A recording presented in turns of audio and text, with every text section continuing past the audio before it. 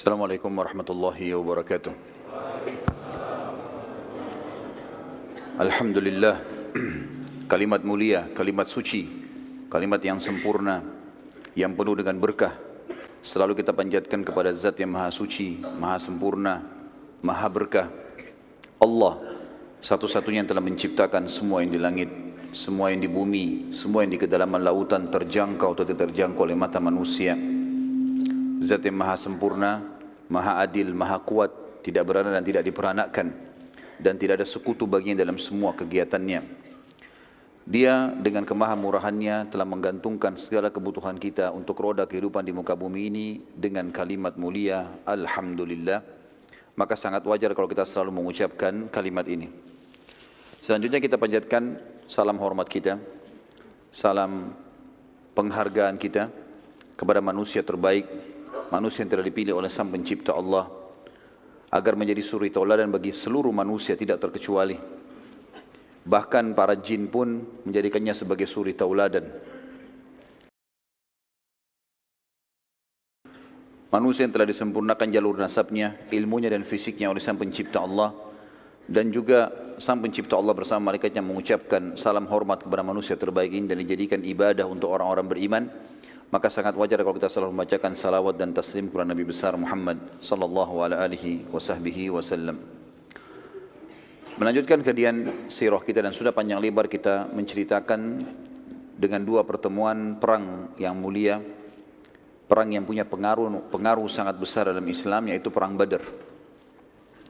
Dan kita akan masuk sekarang setelah kita rentet terakhir pertemuan kita beberapa kejadian antara perang Badar Ramadan tahun 2 Hijriah dengan perang Uhud yang terjadi tahun 3 Hijriah.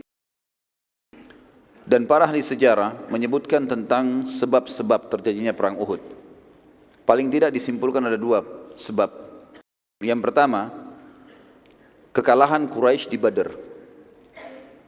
Dan ini merusak citra mereka di Jazirah Arab atau di depan para suku-suku Arab. Sehingga mereka tidak punya cara lain, pilihan lain untuk memperbaiki kecuali mengalahkan muslimin. Dan ini juga tergambarkan dari sumpahnya Abu Sufyan, yang pada saat itu setelah meninggalnya tokoh-tokoh Quraisy di Badar, hampir semuanya, dan tinggal dua orang, kita sudah jelaskan sebelumnya, Abu Sufyan dan Abu Lahab, dan Abu Lahab pun sudah meninggal. Sehingga tertinggal Abu Sufyan sendiri di Mekah pada saat itu, tentu belum masuk Islam. Karena masuk Islamnya di masa pembebasan kota Mekah atau pembukaan kota Mekah. Yang kedua, penyebabnya adalah orang-orang Quraisy, sebagaimana dicatat dalam sejarah dan sebelumnya, sebelum sejarah histori atau sejarah yang dicatat oleh para ahli sejarah, Al-Quran juga sudah menceritakan. Kalau orang-orang Quraisy sangat tergantung perekonomiannya atau kota Mekah secara khusus, itu dengan perdagangan dari negeri Syam.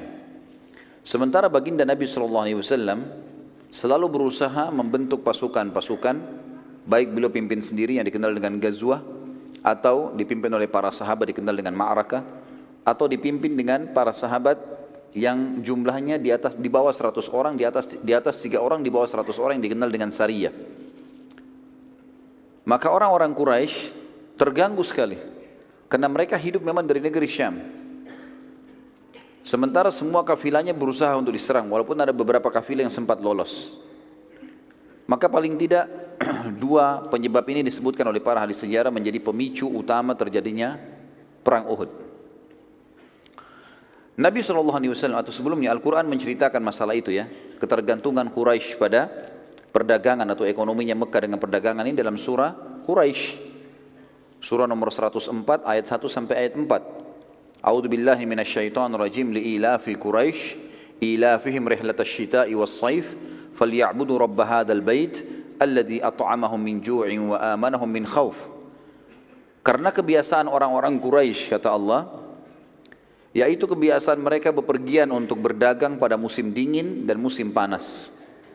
Kata ulama tafsir, musim panas mereka ke negeri Syam dan musim dingin mereka ke negeri Yaman untuk berdagang. Tapi kebanyakan mereka di musim dingin di Yaman mereka hanya pergi untuk rekreasi.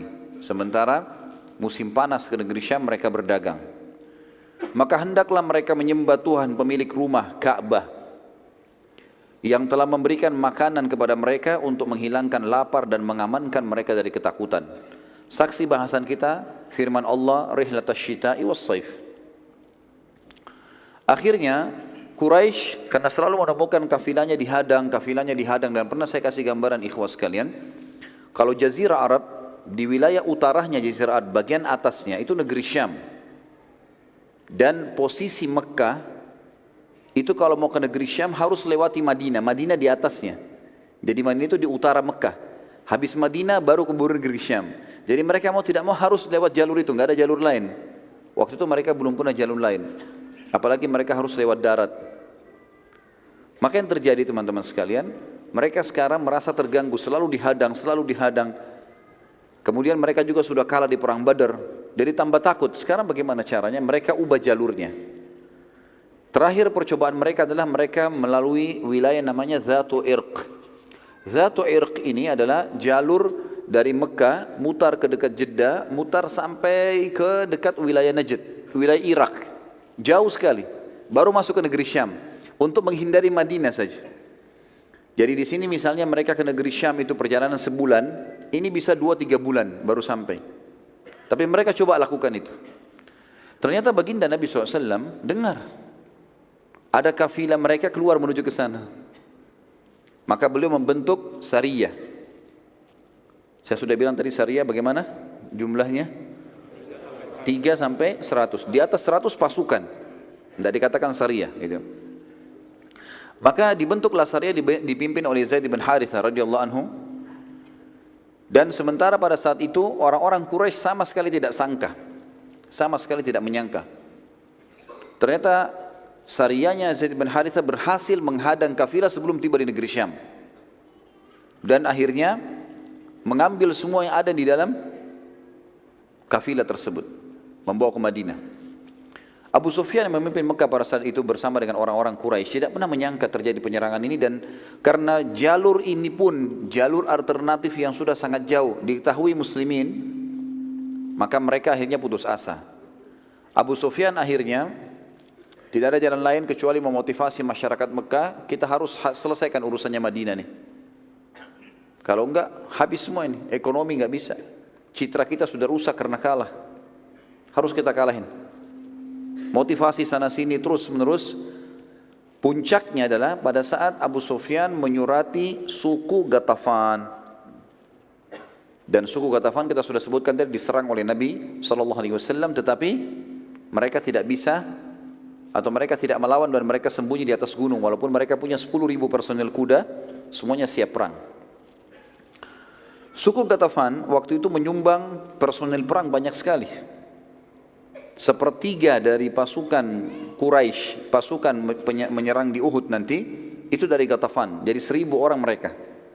2.000 yang lain, Abu Sufyan berhasil mengumpul dari berbagai kabilah-kabilah Arab, suku-suku Arab. Dan belum pernah, dalam sejarah disebutkan, belum pernah Quraisy memiliki pasukan sebesar ini. 3.000 orang personel perang. Selama ini 1.000 itu sangat luar biasa. 1.000 itu waktu menyerang Badar itu sudah dianggap pasukan intinya Quraisy, itu pun kalah. Teman-teman sekalian, pasukan ini akhirnya menuju ke Madinah. Dan yang terjadi, Nabi SAW mendengarkan kejadian tersebut. Perlu saya gambarkan sedikit teman-teman sekalian. Madinah, sebenarnya sekarang Uhud itu masuk wilayah Madinah ya, masuk wilayah haram maksud saya, wilayah haram. Di zaman Nabi SAW waktu masih hidup, Uhud itu di luar gerbangnya Madinah. Jadi dulu ada temboknya Madinah, itu ada pintu gerbangnya. Uhud itu di luarnya pintu gerbang itu. Jadi kalau muslimin mau ke Uhud, maka mereka keluar dari pintu gerbang Madinah baru mereka ke Uhud itu. Pasukan Quraisy teman-teman sekalian mau menuju ke Madinah, ingin menaklukkan Madinah. Pintu gerbang Madinah yang paling dekat untuk bisa menembusnya adalah Uhud. Padahal gunung Uhud itu ada di luar tembok Madinah. Makanya dikatakan perang Uhud karena pasukan sampai ke lokasi itu, dan itu sudah pintu gerbang Madinah. Dan gunung ini pun sangat dekat. Pada saat itu teman-teman sekalian, Nabi SAW segera mengumpulkan sahabat, diskusi, apa jalan keluarnya nih, permasalahannya apa.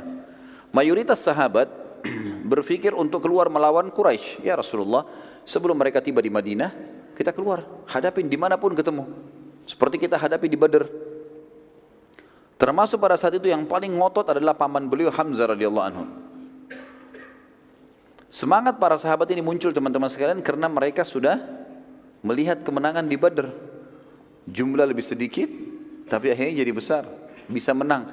Dan saya sudah sebutkan teman-teman sekalian, perang Badr Allah Azza wa Jal, Allah yang maha tinggi dan maha kuat telah mengaturnya supaya setelah Badr muslimin sudah tidak pernah takut lagi berperang, gitu kan? Ya sudah kita jelaskan panjang lebar masalah itu.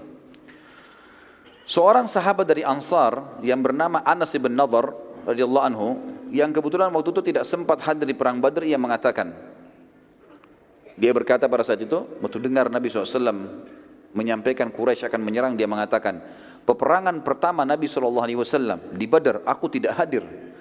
Demi Allah, bila setelah hari ini, maksudnya setelah kejadian Badr, ada pertempuran lagi yang dipimpin oleh Nabi SAW melawan Quraisy, maka aku akan melakukan apapun yang membuat Allah Azza wa Jalla ridha, terima.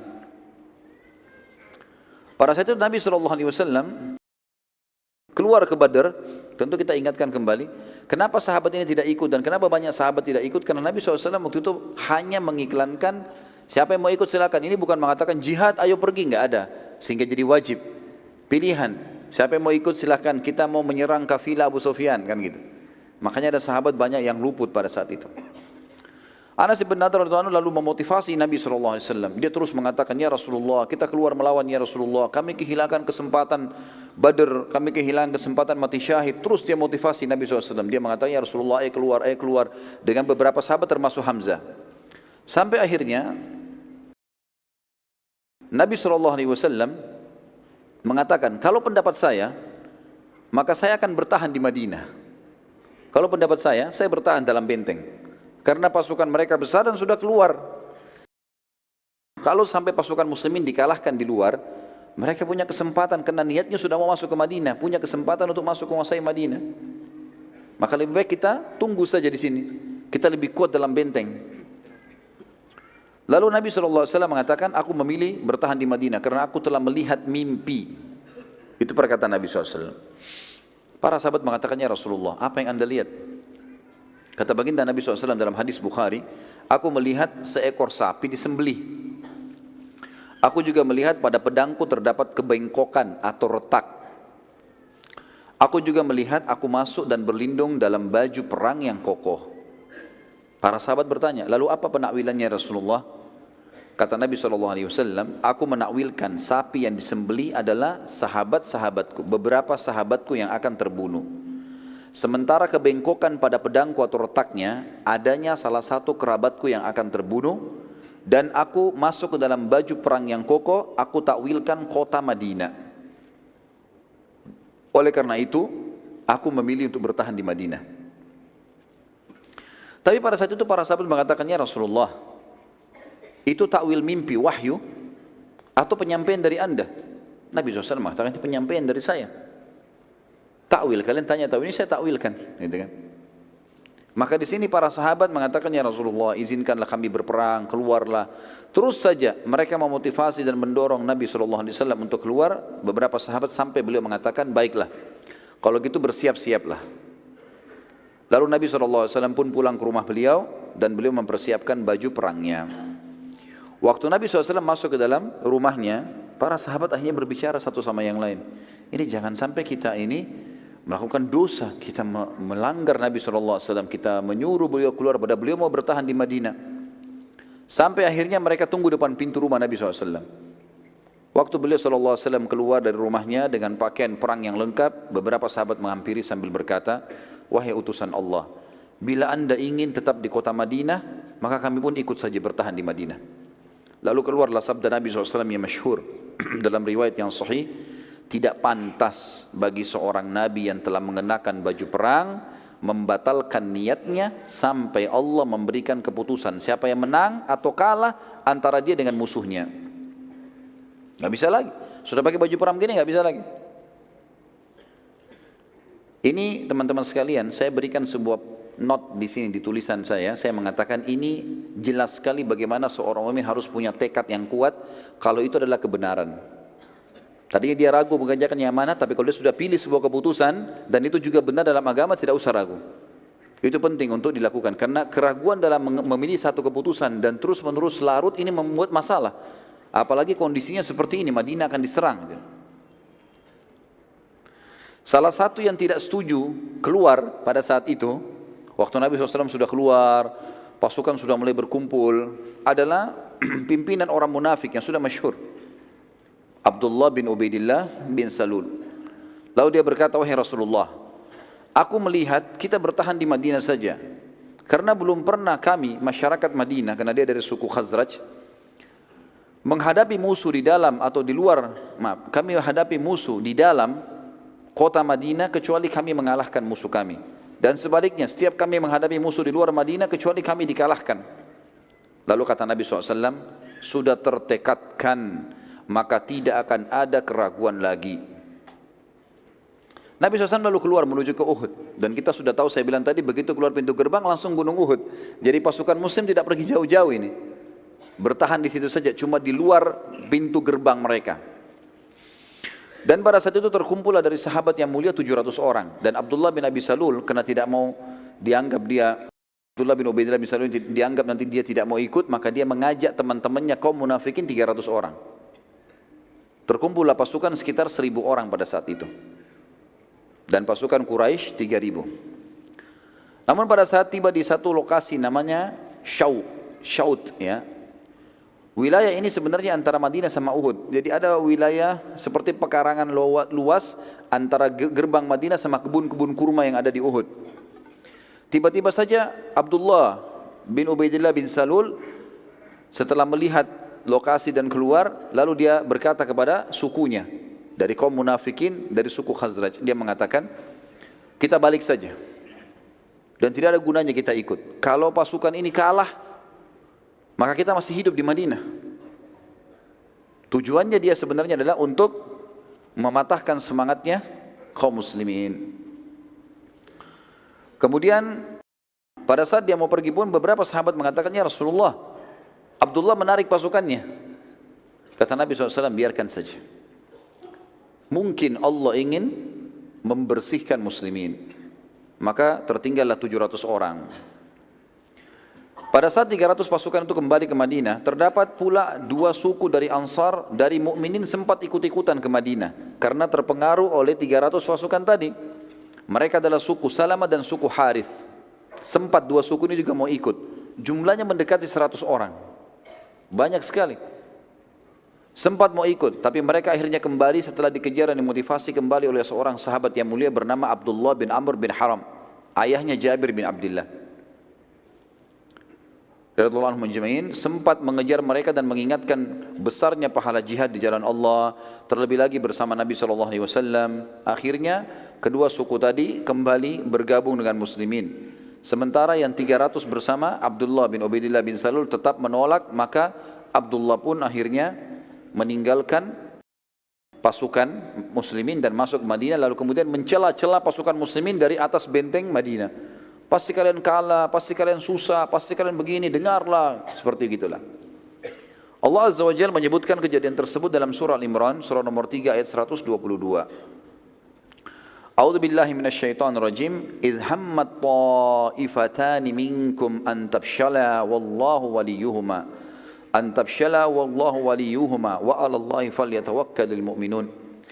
Ketika 2 golongan daripadamu, yaitu Bani Salamah dari suku Khazraj dan Bani Harith dari suku Aus, yang tadi mau ikut sama orang-orang munafik, ingin mundur karena takut, padahal Allah adalah penolong bagi kedua golongan itu. Karena itu hendaklah kepada Allah saja orang-orang mukmin bertawakal. Jabir bin Abdullah radhiyallahu anhu menanggapi ayat tersebut di atas seraya berkata, aku tidak menyesal karena kami dikalahkan di Uhud. Karena Allah Azza wa Jal, Allah yang maha suci dan maha tinggi, berfirman, sementara Allah lah wali mereka atau penolong mereka. Para sahabat sempat memberi masukan pada Nabi SAW agar meminta bantuan pada sekutu mereka, orang-orang Yahudi di Madinah. Namun Nabi SAW menolak karena mengetahui kalau Yahudi kaum yang suka gemar berkhianat. Nabi mengatakan SAW, kita cukupkan dengan 700 ini. Tiba di lokasi Uhud teman-teman sekalian, baginda Nabi SAW lalu kemudian mengatur strategi dengan para sahabat karena Quraisy belum tiba. Kata beliau, tunjukkan, kata Nabi SAW kepada sahabat, tunjukkan saya jalan menuju ke satu lokasi yang menjadikan Uhud di punggung kita. Dan itu tidak melewati lokasi yang umumnya, bukan dari pintu gerbang menuju ke sana. Tujuannya agar orang-orang munafik yang ada di atas benteng dan orang-orang Yahudi itu supaya tidak tahu ke arah mana pasukan muslimin berkemah dan tidak memberitahukan kepada Quraisy. Maka ada seorang sahabat mengatakannya, Rasulullah, saya tunjukkan kepada anda dan kita harus melewati kebun-kebun kurma. Pada saat itu penuh dengan pohon kurma tentunya, dan sampai sekarang di sekitar Uhud itu penuh sekali, banyak pohon-pohon kurma, tapi sebagian sudah dibongkar menjadi lokasi pemukiman. Dan Nabi SAW meminta ini agar betul-betul beliau sudah ada di lokasi peperangan, memilih lokasinya, menjadikan gunung di belakangnya. Juga di dekat gunung itu yang ada kebun-kebun kurma yang Nabi SAW menjadikan target, ada sumur-sumur agar para mujahidin bisa minum.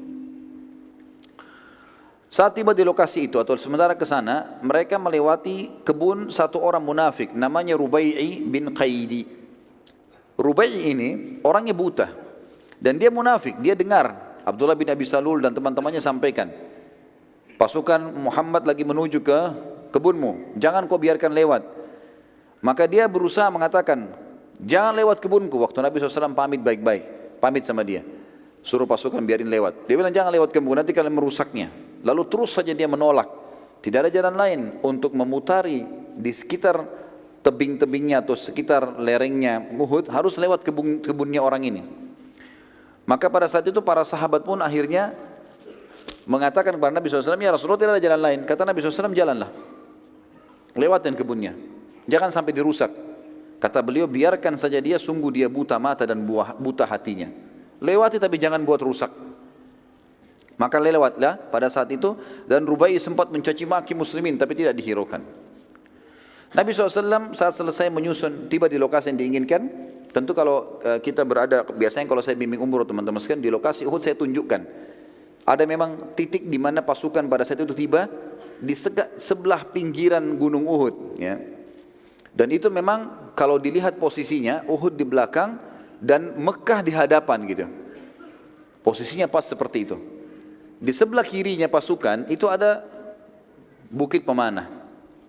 Bukit Pemanah yang berada antara lokasi pasukan muslimin dengan gerbangnya Madinah. Nabi SAW memberi instruksi penting pada saat itu kepada para pemanah. Keluar 50 orang, kalian harus ada di atas sana, dipimpin oleh Abdullah bin Jubair radhiyallahu anhu. Naik di atas sini. Jangan tinggalkan bukit ini sampai ada instruksi dariku. Walaupun kalian lihat pasukan menang atau kalah, pokoknya kita menang atau kita kalah, jangan tinggalkan bukit ini. Pesan. Baiklah, naik semuanya 50 orang. Dan pemanah zaman dulu teman-teman sekalian itu sama dengan sniper kita sekarang, ahli tembak. Bahkan kalau orang-orang yang mahir, mereka bisa melepaskan beberapa anak panah dengan satu tarikan, gitu kan? Dan itu kalau tepat sasaran dia bisa membunuh beberapa orang. Maka ini kekuatan muslimin di situ tadi. 50 orang ditaruh di Bukit Pemanah dan 650 bersama Nabi SAW. 649 sama Nabi SAW. Allah Azza wa Jal menjanjikan bila sahabat bersabar dalam perang Uhud dan patuh pada perintah Nabi SAW. Ini janji Allah. Kalau mereka patuh, ikuti instruksi Nabi, akan membantukan 3.000 pasukan dari malaikat. Di Badr ada berapa malaikat? 1.000. Sudah kita jelaskan tadi. Ini 3.000 dijanjikan dari malaikat. Bahkan bila disiplin, mereka patuh, Nabi bilang serang, tidak, maka Allah janjikan menurunkan 5.000 malaikat. Jumlah orang kafir 3.000. Allah mau turunkan seimbang, jumlah kafir 3.000, malaikat 3.000. Di perang Badar jumlah kafir 1.000 turun 1.000, kan gitu. Tapi Allah janjikan untuk menenangkan muslimin, kalau kalian sabar, disiplin, patuh, 5.000 saya turunkan. Allah ceritakan dalam surah Al-Imran, surah nomor 3 ayat 123 sampai 125. A'udzu billahi minasyaitonir rajim. Wa laqad nasarakumullahu bi Badrin wa antum adhillah fattaqullaha la'allakum tashkurun. إذ تقول للمؤمنين ألن يكفيكم أن يمدكم ربكم بثلاثة آلاف من الملائكة منزلين بلى إن تصبروا وتتقوا ويأتوكم من فورهم هذا يمددكم ربكم بخمسة آلاف من الملائكة مسومين. Sungguh Allah telah menolong kalian dalam peperangan Badar. Waktu itu jumlahnya lebih sedikit, senjatanya lebih sederhana. Padahal kamu pada saat itu adalah orang-orang yang lemah. Karena itu bertakwalah kepada Allah supaya kalian atau kamu mensyukurinya. 1, 2, 3-nya. 1, 2, 4-nya. Ingatlah, ketika kalian mengatakan atau kamu berkata, hai Muhammad, kepada orang-orang mukmin, apakah tidak cukup bagi kalian Allah membantu dengan 3.000 malaikat yang diturunkan dari langit? Ayat 125, ya pasti sudah cukup. Tapi ketahuilah, jika kalian sabar, kalian bersiap siaga, disiplin, patuh, Allah menjanjikan loh, Allah akan mendatangkan, dikatakan, dan jika kalian bersabar dan bersiap siaga, dan mereka datang menyerang kalian dengan seketika pun, niscaya Allah akan menolong kalian dengan 5.000 malaikat yang memakai tanda-tanda. Kata ulama tafsir yang dimaksud di sini adalah, kalau para sahabat mematuhi, tidak satu pun melanggar titah Nabi SAW, pasti menang. Seperti itulah. Pasukan muslimin terdiri dari 70 orang pasukan kuda, 50 prajurit pemanah, 50 prajurit pemanah, dan sisanya pasukan pejalan kaki. Dari pasukan musyrikin Quraisy terdapat 200 personil yang menunggangi kuda, yang pada saat itu dipimpin oleh Khalid bin Walid sebelum masuk Islam. Mereka tidak ikut berperang dan tugasnya 200 orang. Dari 3.000 ini 200 ke samping medan perang. Kalau dari Bukit Pemanah itu kita bisa lihat ke arah kiri, kalau satu waktu antum mengunjungi ke sana. Kalau kita lihat ke arah kota Madinah, kita akan temukan di depan kita ada seperti lembah. Lembah itu dulu agak curam dan di situ pasukan Khalid bin Walid bersembunyi. 2.800 maju masuk bersama pasukan Quraisy.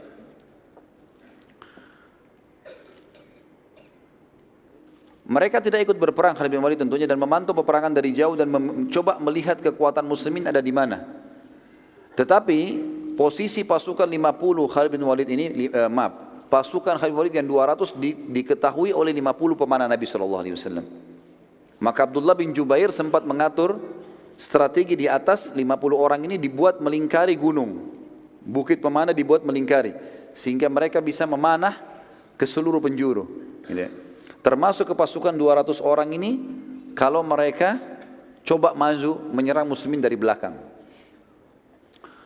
Kita dengarkan ada subjudul teman-teman sekalian tentang motivasi perang Nabi SAW untuk para sahabat.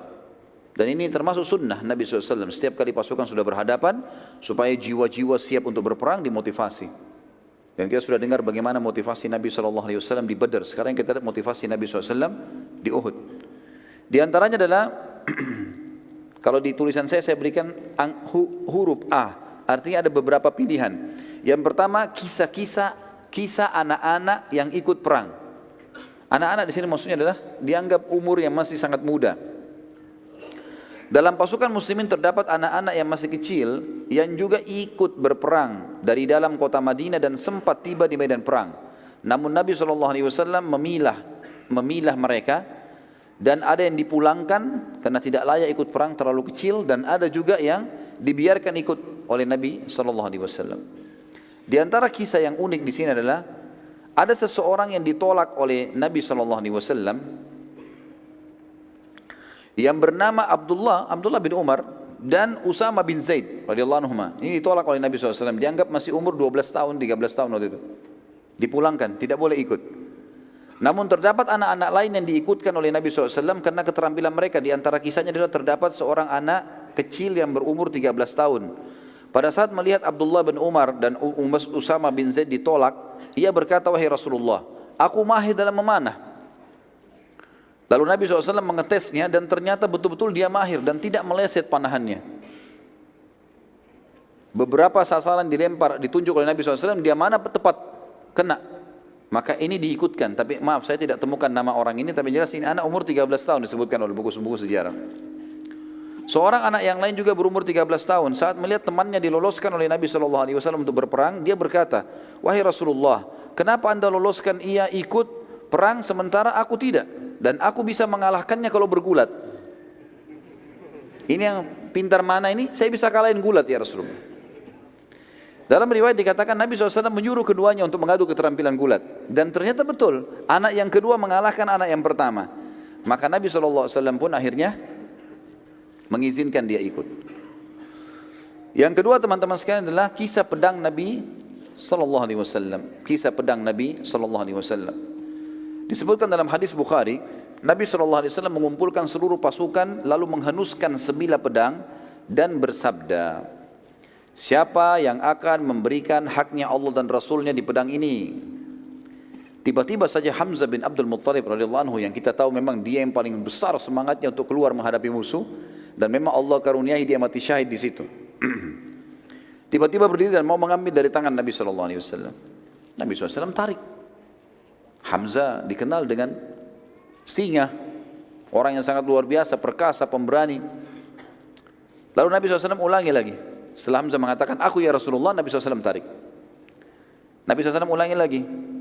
Siapa yang mau memberikan haknya Allah dan Rasulnya di pedang ini? Berdiri yang kedua Ali bin Abi Thalib radhiyallahu anhu. Orang juga yang muda tapi kuat sekali, punya kekuatan fisik, keterampilan perang. Nanti kita lihat keterampilannya luar biasa kalau pada saat kita ceritakan tentang kisah perang Ahzab. Maka Ali pun berdiri mengatakan, saya Rasulullah, langsung mau memegang pedang itu. Karena dianggap ini kemuliaan, pedangnya Nabi SAW dikeluarkan lalu dikasih. Siapa yang mau berikan hak Allah dan Rasulnya di sini? Ternyata Nabi SAW tarik lagi. Suruh Ali duduk. Ulangi lagi, siapa yang mau memberikan haknya Allah dan Rasulnya di pedang ini? Berdiri Zubair bin Awam, yang sudah kita tahu kisahnya. Di perang Uhud, di perang Badr, bagaimana dia membunuh Abu Kabs, melempar tombak di antara dua matanya tembus sampai ke otaknya, gitu kan? Berdiri mengatakan, saya Rasulullah. Nabi SAW tarik lagi, suruh duduk. Diulangi lagi, siapa yang akan memberikan haknya Allah dan Rasulnya di pedang ini? Mikdad berdiri. Mikdad ini diisyaratkan oleh Umar bin Khattab seperti kekuatan 1000 orang. Suaranya keras, cepat kalau menyerang, macam-macam keterampilannya. Berdiri lagi, aku ya Rasulullah, mau dipegang lagi. Ditarik lagi oleh Nabi SAW, suruh duduk. Diulangi lagi, siapa yang mau memberikan haknya Allah dan Rasulnya di pedang ini? Maka perlu digarisbawahi teman-teman sekalian, keempat sahabat yang sudah lewat ini dianggap ini jawaranya muslimin. Keempat orang ini. Bahkan setiap orang di antara mereka bisa dihitung kekuatan 1000 orang. Sebagaimana diriwayatkan oleh Umar bin Khattab pada saat mengutus pasukan pembebasan Mesir kepada Amr bin As. Waktu itu Amr memiliki 8000 personil. Dan Amr tulis surat kepada Umar bin Khattab yang berbunyi, wahai Amirul Mukminin, genapkanlah pasukan kami 12.000 sehingga kami mendapatkan hadis Nabi SAW, tidak akan dikalahkan umatku yang berjumlah 12.000. Ya. Maka Umar bin Khattab pun mengirim 4 orang dari Madinah. Kan jumlahnya 8.000 kan? Butuh berapa ribu sekarang? Untuk 12.000. Butuh 4.000. Umar bin Khattab kirim 4 orang, bukan 4.000. Yang dikirim itu adalah diantaranya Mikdad, yang ini.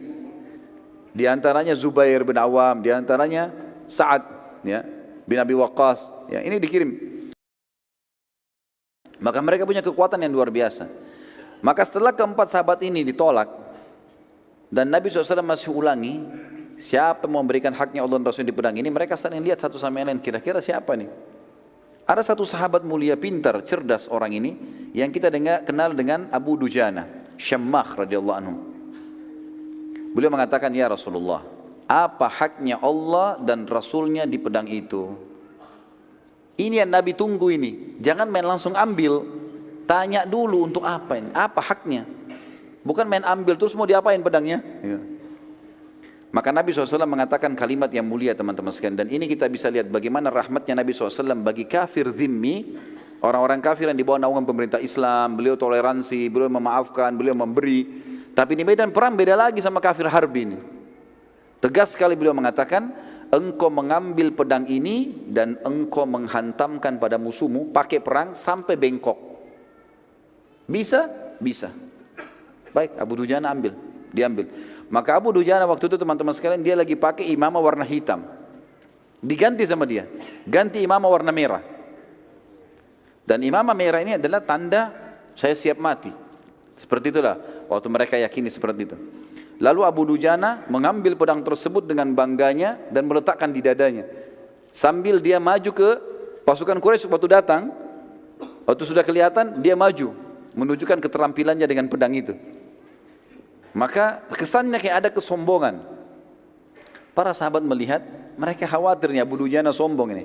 Kata Nabi SAW dalam hadis Bukhari, sesungguhnya cara seperti ini kayak Abu Dujana ini dimurkahi Allah. Allah enggak suka dengan kesombongan. Kecuali di tempat ini. Di depan musuh silahkan. Tunjukkan, enggak ada masalah. Seperti itulah. Baik, kita lanjut sebentar ya. Maka Ka'ab radhiyallahu anhu berkata, aku sempat penasaran ingin tahu seperti apa Abu Dujana memberikan haknya Allah dan Rasul di pedang itu. Abu Dujana sudah bawa nih, perang berkecamuk. Apa yang dia lakukan nih? Kata Ka'ab, sampai saya tidak nyerang musuh, hanya ikuti Abu Dujana. Lihat dia buat apa ini dengan pedang itu. Lalu aku pun mengikutinya dari belakang, ke kiri, ke kanan, dia nyerang musuh, terus dilihat. Saat itu di kancah peperangan terdapat seseorang dari pasukan kafir Quraisy sangat kuat, tidak terkalahkan. Setiap kali dia memukul, setiap kali dia datang, banyak di antara pasukan muslimin menghindar dari orang itu. Karena kuatnya kelihatan, kekar, pedangnya besar gitu kan. Kata Ka'ab, saya berdoa sama Allah di kancah peperangan supaya ketemu dengan Abu Dujana. Maka dia bilang, Allah pun menerima doa saya. Tiba-tiba keduanya bertemu. Padahal tadinya terpisah di medan perang. Tiba-tiba berhadapan dan tiba-tiba saling menyerang. Maka saya pun menyaksikan pertempuran yang terjadi yang sangat dahsyat. Sampai debu-debu pada berterbangan, saling nyerang satu sama yang lain. Terus saja dengan kekuatan-kekuatan yang luar biasa. Abu Dujana dipukul, dia tangkis sama perisainya. Abu Dujana menyerang, orang itu juga menangkis. Terus sampai debu berterbangan sana sini. Kata beliau, sampai akhirnya Abu Dujana pada saat itu saling pukul dengan sangat keras. Maka perisai Abu Dujana lepas dan pedang orang kafir itu melengket, dan Abu Dujana juga menghantam perisai musuh, pecah. Akhirnya kena si kafir, terbelah bagian kepalanya, mati. Gitu kan? Abu Dujana rupanya dengan hikmah Allah ini dia tahu kalau Ka'ab ada di belakangnya. Begitu selesai dia bunuh orang kafir, dia mengatakan, dia balik ke arah Ka'ab, wahai Ka'ab, apa pendapatmu? Dari tadi ini kau tunggu, apa pendapatmu sekarang? Maka akhirnya Ka'ab pun mengatakan, engkau telah memberikan haknya dan Rasulnya. Dan di sini teman-teman sekalian, tidak masuk dalam masalah sombong di sini. Tidak masuk. Fa'amma binikmati rabbika fahaddits, masuk dalam firman Allah di sini. Dia melakukan apa yang Allah Rasul perintahkan, maka dia bisa mengatakan, saya sudah melakukan. Sudah lihat kan saya sudah lakukan? Gitu. Seperti itulah ya. Bagaimana hajimu kemarin? Ya saya sudah coba lakukan semaksimal mungkin. Enggak ada hubungannya dengan riya, kecuali dia niat untuk itu. Jadi harus dibedain mana yang boleh, mana tidak boleh. Maka di sini Abu Dujana tidak sama sekali hubungannya dengan riya, tapi beliau tunjukkan, karena ini orang yang mau lihat nih, saya sudah kasih haknya. Sampai kalau bukan pedang ini bengkok, kepalanya dia yang bengkok gitu kan. Allahu a'lam. Baik, kita lanjutkan sebentar insyaallah dengan kisah-kisah yang lain. Subhanakallahumma bihamdika asyhadu an la ilaha illa anta astaghfiruka wa atubu ilaik. Assalamualaikum warahmatullahi wabarakatuh. Assalamualaikum warahmatullahi wabarakatuh. Alhamdulillah wassalatu wassalamu ala Rasulillah. Segala puji bagi Allah Subhanahu wa taala, juga salawat dan taslim kepada Nabi besar Muhammad sallallahu alaihi wasallam. Tadi sudah kita ceritakan tentang kisah bagaimana Abu Dujana Syammah ibn Harith radhiyallahu anhu memberikan hak pedang yang diberikan oleh Nabi sallallahu alaihi wasallam, yang menuntut haknya Allah dan Rasulnya di situ. Kisah yang lain teman-teman sekalian, kisah yang terjadi di perang Uhud yang tidak bisa luput dari seorang beriman adalah kisah sahabat yang mulia Handalah radhiyallahu anhu. Handalah radhiyallahu anhu adalah seorang sahabat yang menikah di hari Jumat malam. Dan perang Uhud terjadi di Sabtu pagi, di waktu duha. Handalah radhiyallahu anhu menikah malam itu, kemudian memang dia belum menggauli istrinya. Dia sempat ikut berjamaah sholat subuh bersama Nabi SAW. Pada saat dia pulang, dia untuk menggauli istrinya, sehingga dia dalam keadaan junub. Baru saja dia selesai bergaul dengan istrinya, masih dalam keadaan junub, belum mandi, terdengar panggilan seruan dari utusan Nabi SAW kepada seluruh muslimin di Madinah, jihad, jihad. Dan panggilan seperti ini berarti wajib bagi laki-laki muslim untuk ikut. Maka dia pun tidak menunggu, langsung saja dia keluar dalam kondisi masih junub, bergabung dengan pasukan muslimin. Waktu bergabung dengan pasukan muslimin, salah satu korban di Uhud yang mati syahid. Sebenarnya bukan kita katakan korban ya, justru ini kemenangan. Karena hakikat dari seorang muslim ikut jihad adalah mati syahid. Kedua baru menang. Jadi dia tidak kenal namanya kalah. Kalau dia terbunuh itu target utamanya kena masuk surga tanpa hisab. Kalau dia menang adalah target yang kedua. Hanzalah radhiyallahu anhu adalah salah satu sahabat yang dikaruniai oleh Allah syahadah, mati syahid. Waktu jenazahnya ditemukan setelah selesai perang Uhud, maka Nabi SAW waktu melihat ke arahnya mengalihkan pandangan matanya. Lalu kemudian para sahabat bertanya, ya Rasulullah, ada apa dengan Hanzalah? Kenapa anda alihkan pandangan anda? Ada dua riwayat. Yang pertama kata Nabi SAW, aku melihat istrinya dari bidadari menjemputnya. Riwayat yang lain adalah, aku melihat para malaikat memandikannya. Karena dia dalam keadaan junub, maka dimandikan oleh para malaikat sampai keluar julukannya Ghasilul Malaikah. Orang yang dimandikan langsung oleh malaikat. Dan di sini teman-teman sekalian pelajaran penting. Setiap kali ada janji Allah dan Rasulnya dari dalil Al-Quran dan Sunnah, setiap muslim tidak boleh ragu sedikit pun. Apapun itu sifatnya, apapun. Allah dan Rasulnya bilang bersedekah itu pasti kaya, maka tidak boleh kita ganti dengan konsep yang lain. Tidak usah ragu sama sekali. Kalau orang mukmin memahami sebenarnya, dia kalau sedekah misalnya, adalah sama dengan dia sedang investasi dan Allah balas minimal 10 kali. Apa yang membuat dia ragu melakukannya? Salah satu ciri khasnya sahabat di situ. Apa yang Allah dan Rasulnya sampaikan benar, yang lain salah. Selesai urusannya. Enggak perlu lagi dinegosiasi. Allah Rasulnya bilang salah, haram haram, halal halal. Kerjakan kerjakan, jangan kerjakan jangan kerjakan. Walaupun semua dunia, keluarganya, istrinya, anaknya, suaminya benci, dia enggak peduli. Sudah semuanya diseberikan. Seperti itulah kurang lebih. Dan ini terjadi pada Hanzalah. Bayangkan teman-teman kalau kita baru menikah seperti ini. Dengan wanita yang dia cintai, dia menikah. Baru selesai hubungan biologis yang pertamanya dalam rumah tangga. Belum sempat mandi junub, panggilan jihad. Kita nggak usah jauh-jauh bicara jihad. Antum sekarang kalau malam pertama, kira-kira subuh di masjid nggak? Hah? Ada yang tanya ke saya itu di pengajian. Ustadz, apa hukumnya tidak sholat subuh di masjid kalau malam pertama? Saya bilang dosa ini. Nggak ada udurnya. Tapi lihat Hanzalah bukan cuma salat subuh, bukan ini jihad, pergi berperang, mati terbunuh. Padahal dia waktu masih dari hari pertama menikmati pernikahannya. Kalau pernikahan saja bisa ditinggalkan teman-teman, apalagi kalau cuma makanan, minuman, pekerjaan, pendidikan, semua ini nggak ada lagi. Kalau sudah ada seruan dari Allah dan Rasulnya. Ingat pesan saya tadi, setiap nasihat syar'i, agama yang datang masuk telinga kanan, diapakan? Tutup yang kuping kirinya ini, supaya jangan keluar. Ya. Jangan masuk sini keluar sini. Saya datang lagi bulan depan tanya lupa. Ya. Tapi kayaknya kalau kisah Hanzalah nggak lupa deh. Terutama yang laki-laki. Dan kisah mereka teman-teman, kisah para salihin, para salaful ummah yang sampai kepada kita ini bukan hanya sekedar untuk dikenang dan didengar ya. Tapi Allah Azza wa Jalla sampaikan kepada kita untuk dijadikan sebagai ibrah, pelajaran. Ini loh ada orang sebelum kamu begini, disampaikan kisahnya ke kita. Ini 1400 tahun yang lalu ini. Sampai kepada kita di malam ini teman-teman di sini. Dan itu saja, kita tidak menghadiri saja, kita bukan Hanzalahnya. Kalau saya yakin teman-teman memiliki iman, merasa bergetar. Luar biasa ya gitu. Padahal sudah 1400 tahun yang lalu Allah sampaikan teman-teman. Supaya kita sadar, oh ternyata yang janjikan Allah ini enggak salah, pasti benar. Dan tidak boleh ada keraguan sama sekali.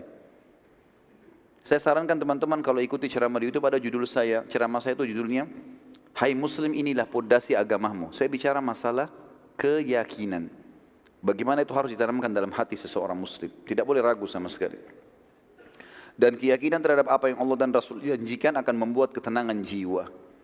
Dan semua masalah dunia akan jadi kecil. Kisah yang unik juga yang terjadi di Uhud, teman-teman sekalian. Kisah dua orang, Khuwairik, pendeta Yahudi, dan Kazman, salah satu penduduk asli Madinah. Pada saat seruhan Nabi SAW dikumandangkan hari Sabtu pagi di waktu duha, jihad, Khuwairik ini pendeta Yahudi, dia dengar. Tiba-tiba Khuwairik dalam riwayat Sahih dikatakan berdiri lalu memotivasi para Yahudi dari menara benteng mereka. Hai Yahudi, keluarlah, masuk Islamlah. Kalian tahu Muhammad adalah utusan Allah. Demi Allah kalian membaca dalam kitab kalian Taurat, ciri-cirinya disebutkan nenek moyang kalian hijrah ke Madinah gara-gara Nabi ini. Sekarang dia kumandangkan jihad, mati masuk surga. Keluarlah. Pendeta yang panggilin, pendeta mereka. Apa jawaban orang Yahudi? Hai Khuwairik, hari Sabtu. Hari Sabtu hari raya, enggak boleh perang, enggak usah perang, enggak boleh apa-apa. Agama kita. Khuwairik tahu Taurat. Apa kata Khuwairik? Tapi ada dalam kitab Taurat isi ayat yang diperintahkan kepada Musa alaihissalam, karena nabi-nabi sebelum Nabi Muhammad SAW hidup sezaman, seperti Nabi Musa alaihissalam sezaman dengan mertuanya Syuaib alaihissalam. Dalam salah satu ayat Taurat itu ada isinya, kalau Musa alaihissalam berdakwah di Mesir sama Palestina, bila di wilayah lain ada nabi yang Musa tahu, Musa beritakan itu nabi, kemudian dia panggil jihad, yang di sini harus bantu yang di sana. Baiklah, kalian tidak beriman pada Muhammad, tapi kalian tahu dia nabi, Yahudi semua tahu. Ikuti ayat Taurat, bantu dia, minimal bantu. Sama jawabannya, kami enggak mau ini hari Sabtu, orang enggak boleh perang hari Sabtu, hukum Taurat, alasan. Macam-macam. Kata Khuwairik, kalau begitu saya sendiri akan pergi. Dia jalan sendiri dari benteng Yahudi menuju ke masjid Nabi SAW waktu Nabi lagi susun pasukan. Lalu dia mengatakan, ya Rasulullah, bukan lagi panggil nama Nabi SAW, karena orang Yahudi suka kurang ajar, panggil nama Nabi SAW gitu kan. Dia mengatakan, ya Rasulullah, asyhadu an la ilaha illallah wa anna Muhammad Rasulullah. Langsung syahadat, gak pakai tanya-tanya apa-apa ini. Nabi SAW sambut dia. Dia mengatakan, ya Rasulullah, saya ingin ikut berperang. Kata Nabi SAW, bergabunglah dengan pasukan muslimin. Sudah selesai, ikut perang. Waktu berkecamuk perang teman-teman sekalian, rupanya Khuwairik dibunuh oleh orang Quraisy, mati. Waktu Nabi SAW kumpulin jenazah muslimin, ada jenazahnya Khuwairik. Nabi SAW senyum waktu lihat jenazahnya. Para sahabat mengatakan, kenapa ya Rasulullah? Ini seperti kasus tadi Hanzalah, tapi ini berbeda. Kata Nabi SAW senyum, kalau siapapun yang ingin melihat penghuni surga belum pernah sujud sekalipun, ini orangnya. Ini orang baru syahadat di waktu duha. Duhur kan belum masuk ya. Sebelumnya subuh dia belum ada kewajiban, masih dalam keadaan Yahudi. Duhur belum tiba wajib, dia meninggal di waktu duha, baru syahadat, berapa jam kemudian mati syahid. Siapa yang ingin melihat penghuni surga yang belum pernah sujud sekalipun, ini orangnya. Kebenaran agama Islam. Siapapun yang syahadat, asal dia tulus masuk surga. Kisah yang lainnya dan saya satukan dalam tulisan saya adalah Kazman. Siapa Kazman ini? Ada satu orang dari Ansar, dia sudah ucapkan syahadat Muslim. Orangnya pemberani. Di kancah perang teman-teman sekalian, dia tebas musuh sana, tebas musuh sini. Berani sekali sampai dalam satu kali serangan bisa menebas beberapa orang musuh. Maka para sahabat memuji mengatakan, orang ini, Kazman ini di surga. Kalau dia terbunuh ini, mati syahid ini. Luar biasa bunuh banyak orang kafir. Karena ada hadis Nabi SAW tidak akan bersatu muslim sama kafir di neraka. Yang dia sempat bunuh di medan perang, ini masuk neraka, ini tidak akan bersatu sama dia. Dia akan masuk surga gitu. Maka Nabi SAW mengatakan tidak, dia di neraka. Para sahabat penasaran, kok bisa Nabi bilang di neraka, tapi ini lagi berkecamuk perang. Enggak ada waktu untuk bertanya. Mereka ikuti Kazman. Dari belakang diikuti. Kenapa ini Nabi bilang dia di neraka? Ternyata serang demi serang terjadi, ada satu musuh kafir menebas bagian kakinya, berdarah bagian betisnya, sobek. Karena dia kesakitan, dia keluar dari kancah peperangan, lalu dia turun dari kudanya, kemudian dia ambil pedangnya, ditusuk dirinya. Lalu dia mengatakan, sesungguhnya saya berperang untuk membela kaum saya. Maka para sahabat mengatakan pantas dia masuk neraka. Jadi membela karena suku, murni hanya karena suku saja, hanya fanatisme, hanya murni negara bukan karena mendirikan kalimat Allah, maka ini tidak dapat syahadah. Nggak dapat mati syahid ini. Kisah yang lain adalah kisah Amr bin Jamur radhiyallahu anhu, seorang sahabat Nabi yang sudah berumur dari penduduk Madinah dan kakinya pincang. Dan ini karunia dari Allah SWT. Lihat bagaimana orang-orang yang ikhlas teman-teman. Dan kata para ulama sudah disepakati ini, siapa yang masuk di kancah peperangan ikhlas mau mati syahid, itu yang Allah kasih syahadah. Kalau ada orang masuk di kancah peperangan kemudian dia bimbang, saya mati atau enggak ya gitu. Pokoknya ikut berperang saja, cari pahalanya, maka tidak mati syahid kecuali ajalnya datang. Kuasa Allah, Allah memilih orang yang paling ikhlas, yang memang mau mati syahid, mau segera masuk surga, itu Allah kasih. Ini kisah-kisahnya satu demi satu kita sebutin. Di antaranya Amr bin Jamuh. Tadi sudah ada Handalah, ada Khuwairik. Ya. Amr bin Jamuh berkata, ya Rasulullah, saya ingin berjihad, tapi anak-anak saya larang. Anak-anaknya datang memegang tangannya. Ya Rasulullah, ayah kami pincang, sudah tua. Maka kata Nabi SAW, kau pincang hai Amr. Kata Amr, ya Rasulullah, apakah orang pincang tidak bisa masuk surga? Saya juga mau ya Rasulullah. Justru saya mau masuk surga dengan pincang saya ini. Kata Nabi SAW, naikkan dia ke kudanya. Biarin dia ikut. Ikut berperang, terbunuh mati syahid. Radhiyallahu anhu. Ya. Jadi bagaimana semangat sahabat teman-teman sekalian. Pincang enggak menghalangi untuk itu. Sebagian orang, saya enggak tahu di sini ada atau tidak. Baru gerimis enggak ke masjid. Enggak tahu kalau ada di sini hadir. Ya. Merasa alhamdulillah. Baru gerimis enggak mau ke masjid. Baru ngantuk sedikit enggak mau hadiri majelis ilmu. Bagaimana kalau jihad ini? Umroh mau cukur rambutnya bimbang. Sampai kadang-kadang saya bilang sama jemaah saya, baru rambut Pak, belum darah, baru gundul. Baru mau gundul gitu. Bagaimana caranya tidak mau berkorban untuk Allah dan Rasulnya ini?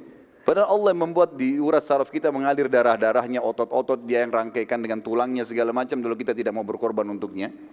Ambil pelajaran teman-teman dari para sahabat ya.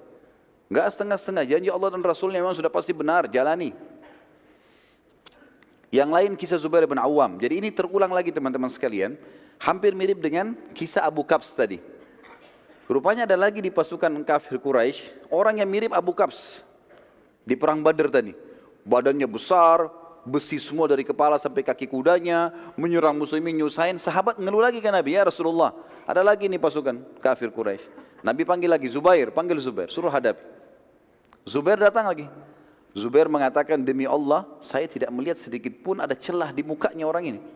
Sama tadi, dikelilingi, dicari, sampai Zubair mengatakan, saya melihat kasus yang sama dengan yang di Badr. Celahnya cuma di antara dua matanya. Maka saya pun melempar tombak di tempat yang sasaran itu, dan dia mati terbunuh. Sama dengan kasus tadi di Badr. Dan ini juga termasuk teman-teman sekalian sudah saya jelaskan, bagaimana seorang muslim memiliki keterampilan dan kejelian. Dan kata Nabi SAW dalam sebuah hadis yang sahih, Inna Allah yuhibbu min abdin idza amila amalan an yutqinahu. Allah sangat suka, cinta dengan seorang hamba kalau dia kerjakan satu perbuatan, dia menguasainya. Jangan terlalu bercabang teman-teman. Kuasai bidang ini, pindah ke bidang lain, setelah ini dikuasai. Lebih baik kita terkenal dengan satu bidang dan kita dikenal, itu tuh lebih baik. Nabi Daud alaihissalam fokus sebagai tukang besi. Udah terkenal dengan itu.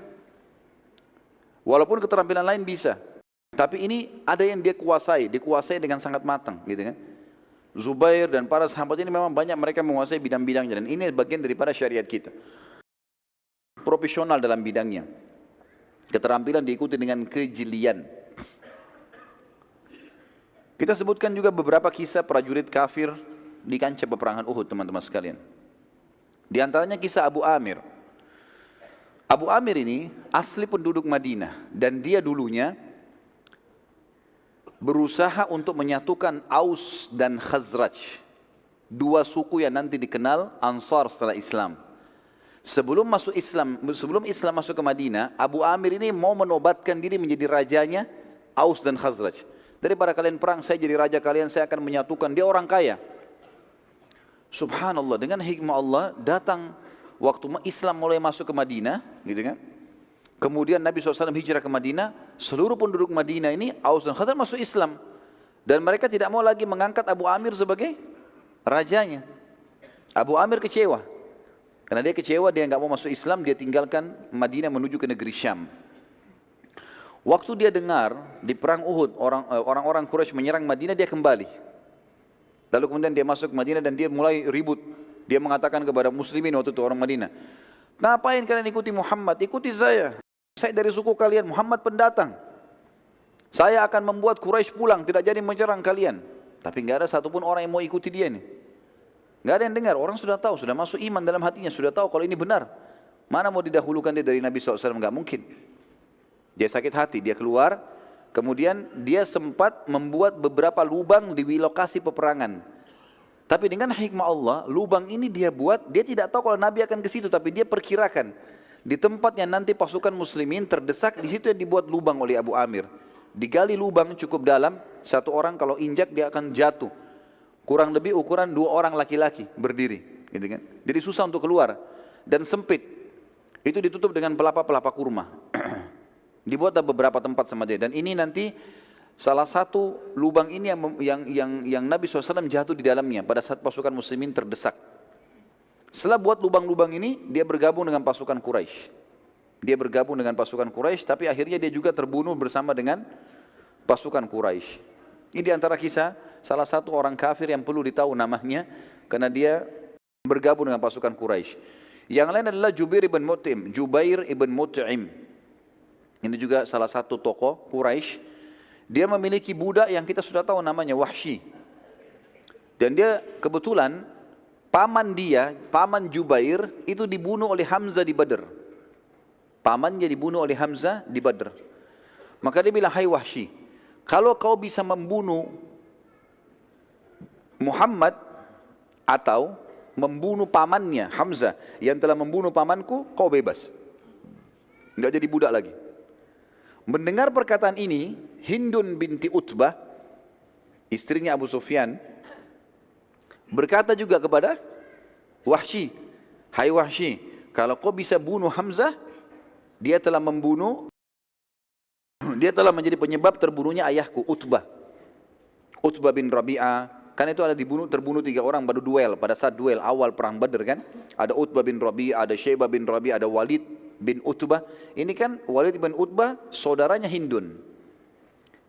Utbah bin Rabi'ah ayahnya, Syaibah bin Rabi'ah pamannya. Ini 3-3-nya mati. 2 orang mati di tangannya Hamzah. Gitu kan? Di awal duel di perang Badr. Maka Hindun pun berkata kepada Wahsy, "Hai Wahsy, kalau kau lakukan itu, kau ikuti majikanmu Jubair bin Mut'im ini membunuh Hamzah, maka aku pun akan memberikan kau hadiah. Dia bebaskan kamu, saya akan berikan kamu hadiah." Maka Wahsy pun akhirnya masuk ke dalam kancah peperangan. Dan Wahsy mengatakan, nanti akan kita ceritakan kisahnya, bagaimana dia mengatakan, "Saya masuk di kancah peperangan tidak berpikir untuk membunuh muslimin kecuali Hamzah. Karena saya ingin bebas. Saya nggak pernah ikut-ikut, nggak mau ganggu orang, nggak mau apa-apa. Saya mau bunuh Hamzah untuk saya lolos." Gitu kan. Dan dia tahu Hamzah sangat kuat. Nanti kita ceritakan bagaimana prosesi dia membunuh Hamzah. Hamzah sangat kuat. Setelah tertombak pun masih kuat, masih mengejar Wahsy. Gitu kan. Tapi ini saya sampaikan secara umum dulu tentang beberapa prajurit-prajurit yang masuk ya dari orang kafir ke pasukan Quraisy yang bergabung ya, yang bukan dari orang Quraisy. Tadi Abu Amir dari Madinah, kemudian ini Wahsy budak berkulit hitam dari Ethiopia. Kemudian juga ada budak yang lain namanya Suwaid. Ini budaknya suku Abdiddar. Dan kita akan ceritakan nanti bendera itu di zaman dulu kalau perang teman-teman adalah simbol kemenangan. Kalau bendera masih berdiri berarti masih kuat pasukan, walaupun pasukannya tinggal sedikit. Kalau bendera jatuh walaupun pasukan banyak berarti sudah kalah. Jadi yang pegang bendera ini harus orang kuat karena dia jadi sasaran serangan. Nah Suwaid ini adalah budak Abdiddar yang akan memegang bendera Quraisy terakhir sebelum Quraisy kocar-kacir. Dan dianggap oleh ahli sejarah dia masuk untuk membunuh ya. Dia masuk untuk memegang kembali bendera agar pasukan Quraisy mengalahkan muslimin ya.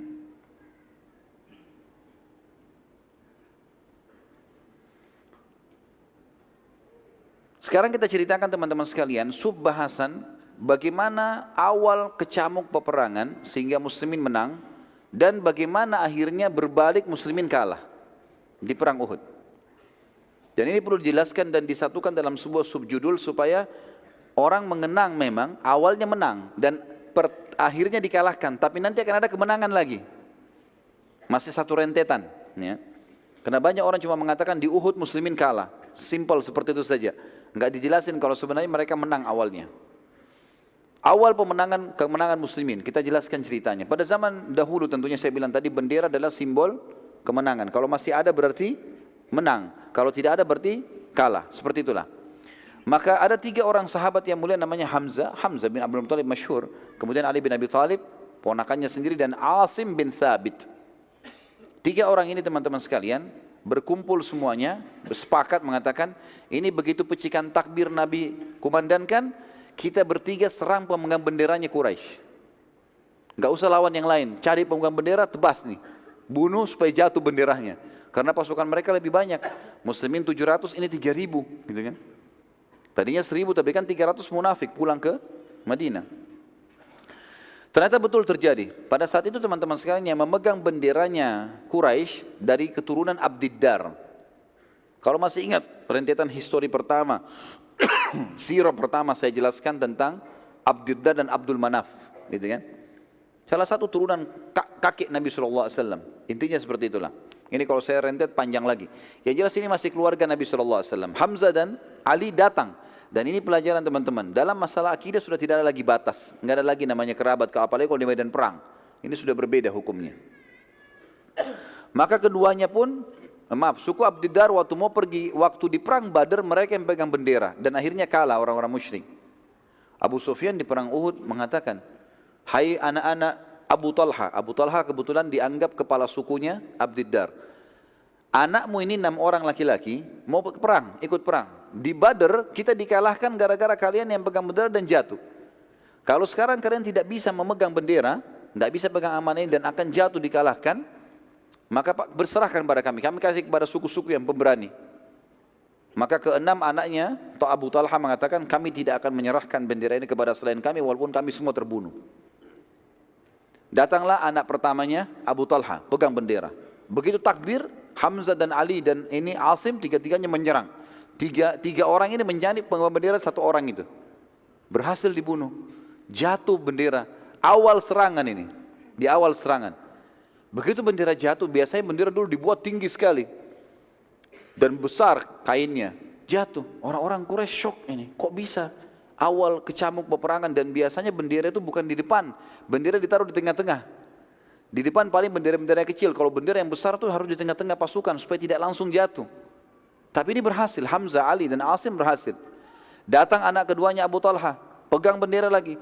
Tapi 3 orang sahabat ada di sekitar situ. Sekitar bendera. Emang nunggu. Ternyata ada 1 orang datang angkat. Dibunuh lagi. Datang anak ketiga angkat. Dibunuh lagi. Anak keempat datang. Dibunuh lagi. Sampai 4 orang. Terakhir pada saat datang anak kelimanya Abu Talha. Dan mengangkat bendera. Maka sempat dibunuh oleh Asim. Hamzah dan Ali tidak sempat membunuh, tapi Asim membunuhnya. Kemudian anak ke-6-nya Abu Talha yang terakhir sempat juga datang mengangkat bendera, tapi dibunuh oleh Sa'ad bin Abi Waqqas. Sa'ad bin Abi Waqqas. Ya. Kebetulan teman-teman sekalian, anak keempat waktu 6 orang ini mati, pas yang keempat yang dibunuh oleh Asim bin Thabit, anak keempat ini waktu lagi dibunuh sama Asim, pas ditebas sama pedang. Ada saudarinya perempuan, anaknya Abu Talha tapi perempuan, namanya Sulaif. Sulaif ini waktu lihat bergelimangan saudara-saudara laki-lakinya, 3 orang, ini yang keempat ditebas oleh Asim, dia pikir Asim yang bunuh semuanya. Dia nggak tahu ini. Maka dia sakit hati. Dia kemudian kembali ke tengah-tengah pasukan musyrikin, lalu dia menggunakan gendangnya, rebana karena perempuan dibawa oleh orang-orang Quraisy biasa untuk memotivasi pasukan. Mereka menari-nari segala. Lalu dia pukul gendangnya, lalu dia mengatakan si Sulaif, siapa yang bisa membunuh Asim untukku, lalu dia membawa batok kepalanya kepadaku, maka aku akan isi seukuran batok kepalanya Asim emas buat dia. Dia motivasi orang untuk perang, bunuh Asim ini. Mendengar kalimat tersebut, orang-orang Quraisy yang ada sekitar situ tamak, mau tahu kalau ini Sulaif ini orang kaya. Maka mereka pun akhirnya mengeroyoki Asim pada saat itu, berusaha mencari dan mengeroyoki Asim. Sulaif pada saat itu, teman-teman sekalian, kemudian menyiapkan beberapa emas yang dia harus berikan, sampai akhirnya Abu Sufyan mengeluarkan instruksi. begini isinya. Sebagaimana mereka muslimin menyerang bendera kita, sekarang kita serang bendera mereka. Karena ini bendera sudah nggak bisa nih. Dan harus ada satu orang yang memegang bendera dari Abdiddar. Gitu kan. Angkatlah bendera. Maka datang Suwaib tadi. Yang sempat kita sebutkan namanya Suwaib ini adalah budak Abdiddar. Dia datang lalu dia pegang, lalu dia kibar-kibarkan. Sambil pasukan musyrikin berusaha melindungi bendera tadi dan mencari siapa yang memegang bendera dari muslimin. Waktu itu kebetulan yang pegang bendera Mus'ab bin Umair radhiyallahu anhu, nanti kita kisahkan juga bagaimana meninggalnya beliau.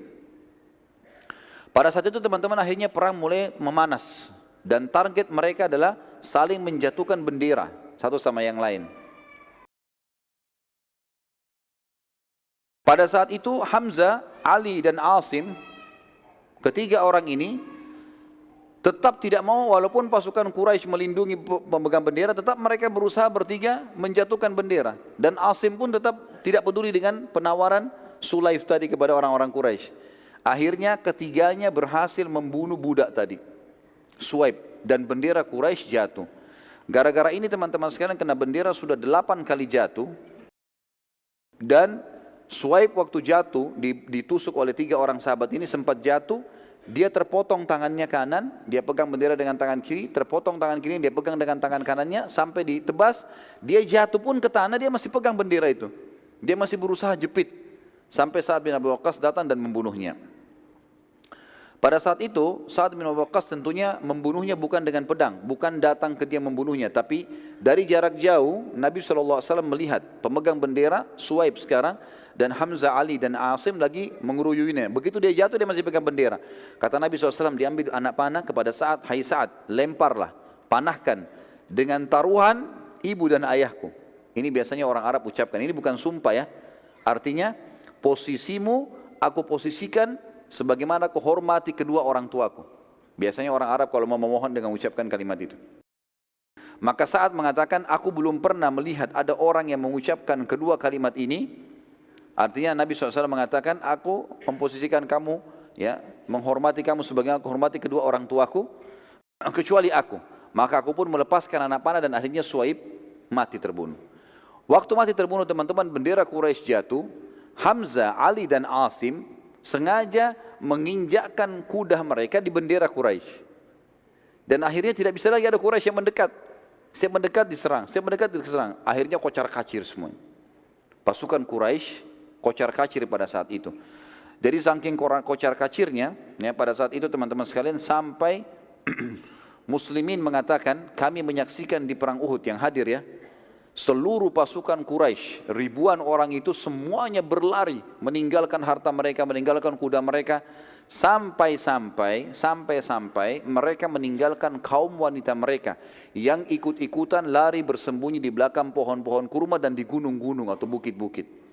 Padahal itu sebenarnya aib besar bagi mereka ya kalau meninggalkan kaum wanita. Setelah kejadian tersebut teman-teman sekalian, kita sekarang melihat bagaimana kekalahan muslimin. Sudah menang nih sekarang. Sudah kocar kacir semua. Sampai beberapa sahabat menceritakan, kami melihat kancah peperangan kosong, enggak ada apa-apa. Enggak ada manusia maksudnya, tapi penuh dengan ghanimah. Kekalahan muslimin terjadi teman-teman sekalian. Pada saat 43 orang dari pemanah Nabi SAW yang dipimpin oleh Abdullah bin Jubair di Bukit Pemanah melihat kejadian tersebut. Di bukit ini teman-teman bisa lihat lebih jauh, pasukan Quraisy sudah sangat jauh, sudah mengarah ke Mekah. Sudah tinggal kelihatan bayangannya saja, kayaknya nggak mungkin kembali lagi nih pasukan. Sementara 600 orang pasukan muslim yang dibentuk oleh Nabi SAW selain pemanah kan 700 orang, 650 kan di pasukan. 600 orang sekian itu mengejar ke sana, 600 orang mengejar yang 2000 itu. Siapa yang ketangkap jadi tawanan, seperti itulah. Kurang lebih sisa 50 orang saja, 40-50 orang ini nggak ikut-ikutan menyerang musuh, tapi mereka sibuk mengambil ghanimah, kumpulin ghanimah. Melihat kejadian tersebut, orang-orang ini, 43 pemanah ini teman-teman sekalian,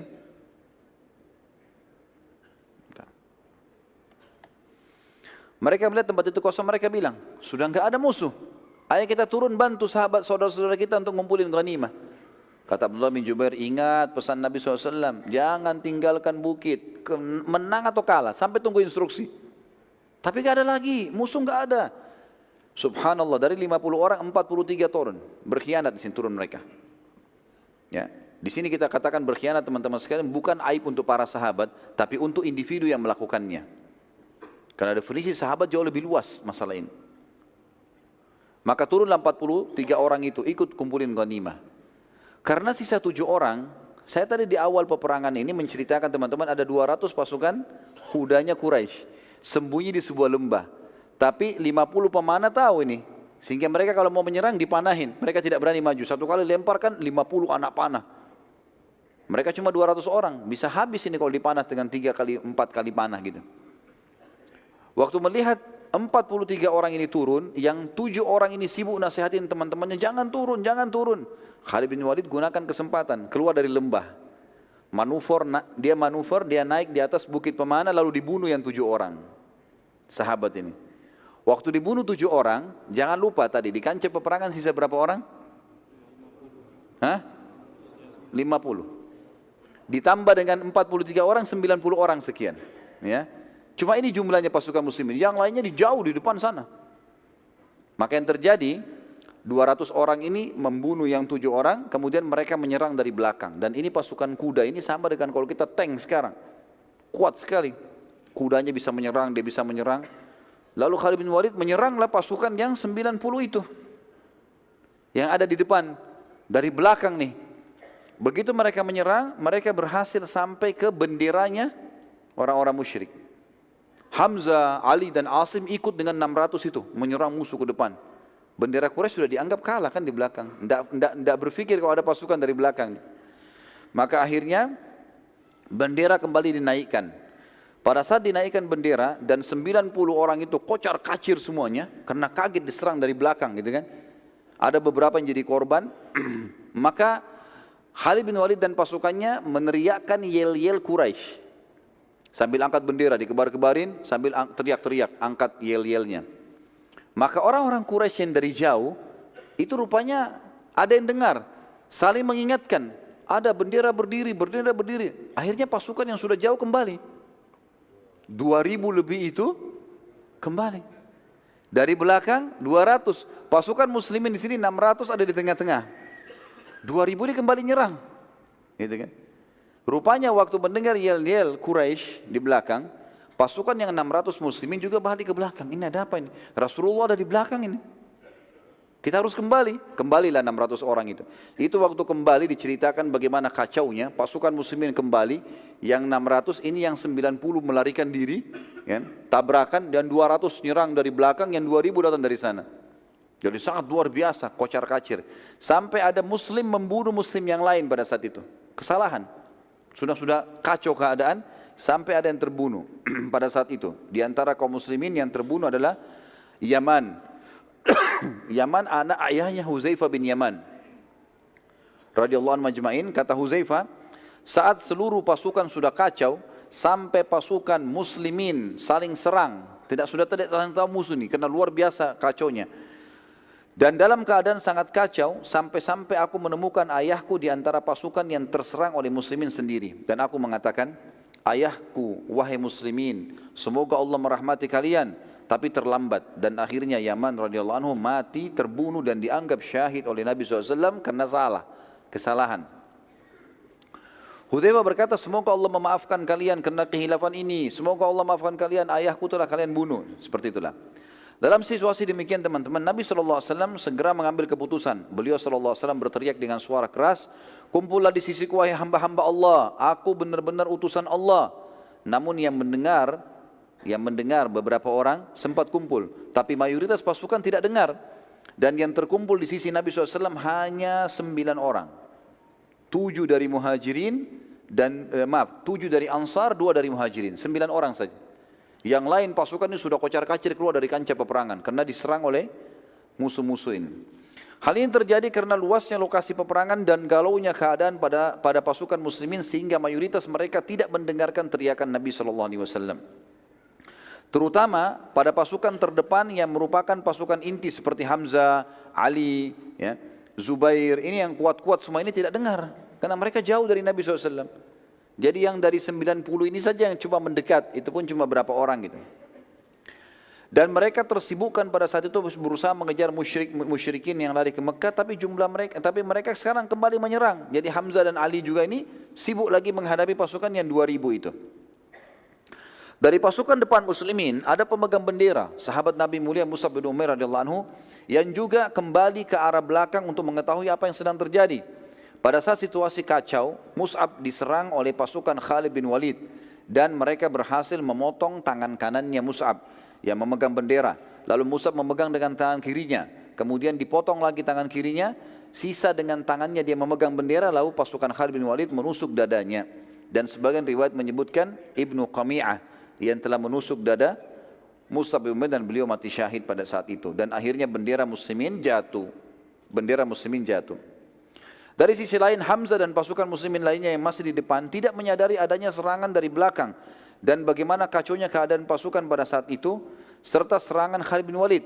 Pada saat itu pun waktu Hamzah mulai mau kembali dan melihat kekacauan di sana, ternyata dari belakang juga sudah ada serangan, maka Wahsy menggunakan kesempatan. Wahsy pun akhirnya mengatakan, aku melihat Hamzah dan aku pun takut mendekatinya. Aku pun takut, dengan dia orangnya kekar, kuat. Kita sudah ceritakan Hamzah dulu kalau berburu apa? Singa. Di masa jahiliyah. Saking kuatnya fisiknya. Maka Wahsy mengatakan, aku coba mencari peluang di mana aku bisa membunuh orang ini sehingga aku lolos dari keterbudakan. Wahsy pun menceritakan kejadian tersebut berkata, saat tombak aku lemparkan, aku berhadapan dengan Hamzah, maka aku buru-buru melemparkan tombakku dan tertancap di perut Hamzah sampai tembus ke belakang. Sementara Hamzah di atas kudanya. Hamzah tidak terjatuh dan ia malah menghadap ke arahku dan maka aku pun sangat ketakutan. Dan ia terus saja mengejar ke arahku sampai aku berusaha melarikan diri secepat mungkin. Hamzah pakai kuda, tapi dia tertusuk ini tombak. Orang lain sudah mati nih. Tapi Hamzah dengan izin Allah sementara masih bisa lari. Bahkan Hamzah sempat mendekati Wahsy. Pada saat sudah dekat, banyaknya darah yang mengalir membuat Hamzah akhirnya jatuh. Kata Wahsy pada saat itu pun akhirnya, aku berhasil lolos dari keterbudakan karena Hamzah sudah mati. Dan aku mencabut tombakku dari tubuh Hamzah setelah aku pastikan dia sudah meninggal. Tentu dengan berjalannya waktu teman-teman sekalian, Wahsy ini masuk Islam nanti. Masuk Islam, ada kisahnya begitu ya.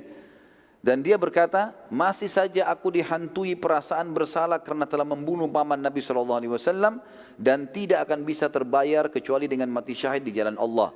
Dan aku membunuh pemimpin orang kafir yang setimpal kedudukannya dengan Hamzah. Akhirnya Wahsy pun memenuhi niatnya dan dialah satu-satunya yang telah membunuh Musailamah Al-Kadzab, orang yang mengaku Nabi. Pada saat akhir hidupnya Nabi SAW dan pada saat Nabi meninggal di pasukan Abu Bakar, Wahsy ikut. Dan Wahsy membunuh Musailamah Al-Kadzab dengan tombak yang dia pakai bunuh Hamzah. Dia bersihkan, dia rapikan, lalu dia tombak ke arah yang mirip dengan Hamzah. Maka dia mengatakan, Wahsy berkata, inilah imbalan atas terbunuhnya paman Nabi SAW. Dan juga perlu diketahui pada saat Wahsy masuk Islam, Nabi SAW menerima Islamnya. Tapi Nabi mengatakan, wahai Wahsy, jangan sering tampil di hadapanku. Begitu saja. Karena Nabi masih ingat. Ya. Hamzah ini pada saat terbunuh, nanti kita akan lihat bagaimana korban-korban Uhud. Luar biasa menyedihkan. Gitu kan? Nabi SAW, kata Umar bin Khattab, belum pernah kami lihat Nabi SAW menangis seperti menangisnya pada saat lihat jenazah Hamzah. Hidungnya terpotong, darah semua, dadanya terbelah, segala macam ini. Ya. Hal-hal yang buruk sekali. Nabi SAW, kita kembalikan cerita peperangan, mengatakan, wahai muslimin, kumpullah di sekitarku, wahai hamba-hamba Allah, aku benar-benar utusan Allah. Para sahabat berusaha kumpul dan tadi hanya terkumpul sekitar 9 orang, 7 dari Ansar dan 2 dari Muhajirin. Sementara pasukan Khalid bin Walid melihat kesempatan ini untuk menyerang Nabi SAW. Karena waktu Nabi teriak, akhirnya ditahu posisinya Nabi oleh pasukannya Khalid bin Walid. Pasukan yang 600 sekarang sudah akan berhadapan dengan yang 2000 sekian. Maka pasukan Khalid bin Walid yang 200 ini mengarahkan, karena yang 90 sudah kacau balau dari pasukan muslimin, mengarahkan ke arah suara Nabi SAW. Pada saat itu teman-teman sekalian, 9 orang sahabat ini berusaha untuk membela Nabi SAW, tapi semuanya terbunuh 9-9-nya di tangan Khalid bin Walid dengan pasukannya. Terbunuh semuanya, karena mereka jalan kaki, 200 orang ini semua berkuda. Sampai tertinggal Nabi SAW. Utbah bin Abi Waqqas dan Abdullah ibn Abi Kami'ah Ini Utbah, saudaranya Sa'ad bin Abi Waqqas ya. Tapi dalam keadaan kafir, ikut dengan pasukan musyrikin. Utbah bin Abi Waqqas dan Abdullah bin Abi Qami'ah, keduanya dari pasukan Khalid berusaha menyerang Nabi SAW. Dan Nabi SAW saat itu masih ditemani oleh satu orang sahabat. Maaf, tadi bukan tinggal sendiri, tapi ada satu orang, Talha bin Ubaidillah. Dan menyusul sahabat yang lain menyusul, datang itu Sa'ad bin Abi Waqqas, saudaranya Utbah. Lalu duanya mendampingi Nabi SAW. Keduanya berusaha bertahan, namun beliau SAW bersama dengan sahabat ini, dua-duanya, tiga-tiganya jatuh ke dalam lubang yang telah dibuat oleh Abu Amir. Yang tadi kita sudah sebutkan namanya, orang yang mau mengaku raja kemudian tidak jadi di Madinah. Dan dia diberikan julukan Abu Amir al-Fasiq, orang fasikin, karena dia dianggap orang yang buruk. Dalam situasi seperti itu, Nabi SAW masuk dalam lubang, kemudian juga Sa'ad masuk dalam lubang, Talha masuk dalam lubang yang bersebelahan, berbeda gitu. Maka Abdullah bin Abi Qami'ah segera menghantamkan pedangnya dari atas lubang ke arah punggung kanan Nabi SAW. Dan pada saat itu Nabi SAW terkena punggung sebelah kanan Nabi SAW. Tapi ada baju besi. Dan tidak melukai Nabi SAW. Tapi Nabi mengatakan dalam sebuah riwayat sahih, aku masih merasakan sakitnya selama sebulan. Pukulan itu. Dan ini menandakan teman-teman sekalian, Nabi saja bisa merasakan sakit. Apalagi manusia biasa. Gitu kan? Wajar itu. Lalu Ibnu Qami'ah menyerang Nabi SAW lagi ke arah punggung kiri beliau SAW. Dan karena kerasnya pukulan ke arah punggung kiri, karena dia pikir punggung kanan sudah, dia pukul ke punggung kiri, Nabi SAW coba menangkisnya, berusaha membela, tapi topi besi Nabi SAW ada beberapa jaring besi turun dari sisi kanannya, itu sempat kena pedangnya Ibnu Qami'ah dan menancap di pipi Nabi SAW, pipi kanan Nabi ya. Dan pada saat itu akhirnya berdarah, mengeluarkan darah. Dan kena kerasnya pukulan besi pedang tersebut sampai akhirnya gigi geraham Nabi SAW pecah pada saat itu. Talha bin Ubaidillah berhasil naik dari lubang sebelah. Sementara proses ini terjadi, Ibnu Qami'ah menyerang Nabi SAW dan Nabi agak sulit dalam lubang, gitu kan, terus diserang dengan pedang. Maka dia berusaha menyerang Ibnu Qami'ah serta Utbah, yang keduanya berusaha untuk menyerang Nabi ini. Sisa pasukan Khalid bin Walid berusaha menyerang Talha bin Ubaidillah, sementara ia terus melawan sendirian sampai seluruh dada dan tubuhnya dipenuhi anak panah, juga tebasan-tebasan pedang. Semuanya, punggungnya semua anak panah, depannya semua anak panah, tebasan pedang kiri kanan. Tapi subhanallah masih hidup. Talha bin Ubaidillah ini salah satu dari 10 yang dijamin masuk surga ya, radhiyallahu anhum.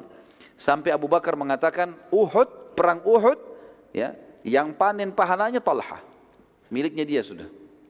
Sampai waktu itu Talha bin Ubaidillah berusaha menarik Nabi SAW untuk keluar dalam kondisi begitu ya. Dia tutupi lubang, terus orang-orang kafir 200 orang ini berusaha menyerang dia gitu kan sendirian. Sampai dia berhasil berusaha menarik Nabi SAW. Dan waktu Nabi naik ke atas, beliau sempat mencabut dengan giginya besi yang masuk ke pipi Nabi SAW. Dengan giginya, sehingga kedua giginya di depan itu tanggal, jatuh. Dan para sahabat mengatakan, kami melihat setelah tanggalnya gigi Talha di Uhud, Allah memberikan dia ketampanan ekstra. Justru Allah buat orang-orang tambah suka melihat wajahnya. Padahal kedua giginya jatuh karena menarik besi itu. Dan ini bentuk penghormatan pada Nabi SAW. Dia bukan tarik dengan tangannya, dia tarik dengan giginya untuk menjaga kesantunan dengan Nabi SAW. Pada waktu yang bersamaan setelah itu teman-teman sekalian, pasukan Khalid bin Walid lagi sibuk menyerang Talha bin Ubaidillah dan Sa'ad bin Abi Waqqas hanya keluar juga dari lubang sebelah. Mereka berusaha, datanglah pasukan Ali, Zubair, ya, datang. Hamzah kan sudah terbunuh tadi dengan pasukan lainnya. Mereka berusaha membela Nabi SAW dan terjadilah pertempuran seru pada saat itu di lubang yang terdapat Nabi SAW. Pada saat waktu yang bersamaan juga datang sahabat Nabi yang mulia yang telah memegang pedang Nabi SAW, namanya Syammah bin Harith atau Abu Dujana tadi. Kemudian berusaha untuk menutupi Nabi SAW dengan tubuhnya, sehingga seluruh tubuhnya dikenai dengan sabetan pedang. Jadi dia berusaha tangkis dari sini, ini yang nyerang 200 orang ini. Sementara yang datang beberapa sahabat ini tidak sampai 10 orang. Ibnu Qami'ah dan sisa pasukan Khalid akhirnya terpukul mundur karena keteguhan sahabat-sahabat ini. Namun Ibnu Qami'ah saat mundur bersamaan dengan waktu itu, sebagian pasukan Khalid bin Walid sedang menebas tangannya Mus'ab. Dan Mus'ab bin Umair wajahnya mirip sekali dengan wajah Nabi SAW. Maka Ibnu Qamiyah datang, lalu pada saat tangannya Mus'ab sudah putus dua-dua dan dia pegang dengan sisa tangannya bendera, maka Ibnu Qamiyah datang menusuk dadahnya Mus'ab, mati syahid. Lalu dia teriak, apa kata Ibnu Qamiyah? Aku telah membunuh Muhammad, Muhammad telah mati, aku telah membunuh Muhammad, Muhammad telah mati. Ini teman-teman, kalimat ini pada saat itu bertepatan diucapkan pasukan Quraisy yang 2000 tiba. Pasukan yang 600 ini menghadapi yang dari belakang, dan ini juga berita kalau Nabi SAW terbunuh. Kata para ahli sejarah, ini sampai seperti virus yang masuk di tengah-tengah muslimin. Sampai Umar bin Khattab yang sangat kuat dengan Sa'ad bin Mu'adz, orang yang sangat kekar dalam pendiriannya, mereka bercerita mengatakan, kami berdua terduduk ke di tanah kancah peperangan karena tidak yakin lagi sudah. Maksudnya tidak tahu lagi bisa menang atau tidak kalau Nabi SAW sudah terbunuh. Kondisinya sudah kocar-kacir ini. Dan siapapun yang duduk di tanah pada saat itu oleh Quraisy tidak diganggu. Dianggap dia menyerah. Seperti itulah. Pada saat itu teman-teman sekalian, sementara muslimin kocar-kacir, ada sahabat satu, tadi sudah kita sebutkan namanya. Namanya Anas bin Nadhr, yang sempat bilang, ya, demi Allah saya telah ketinggalan peperangan pertama bersama Nabi SAW melawan Quraisy di Badar. Kalau ada peperangan lagi setelah hari ini, saya akan melakukan perbuatan yang membuat Allah ridha. Tiba-tiba dia berdiri. Lalu kemudian sendiri ini, dia melawan yang 2000 itu. Dia menuju ke yang 2000 itu. Umar bin Khattab sempat bilang, mau kemana kau? Dia bilang ke arah Uhud. Kancah peperangan. Kata Umar sama Sa'ad, tapi Rasulullah SAW sudah mati. Beritanya begitu. Anas menjawab dengan kalimat luar biasa. Apa dia bilang? Kalau begitu, betul itu beritanya, bangunlah, bangkitlah untuk berperang dan mati bersama beliau sallallahu alaihi wasallam. Kenapa malah diam? Ayo mati gitu. Dan terbunuh itu jauh lebih mulia. Dan sungguh, hai Umar dan Sa'ad, aku mencium bau surga di arah Uhud. Kemudian beliau radhiyallahu anhu menyerang pasukan kafir sampai terkoyak, dan waktu dicari tidak ditemukan potongan badannya, terkoyak-koyak oleh musuh, gitu kan? Tapi mati syahid di sini.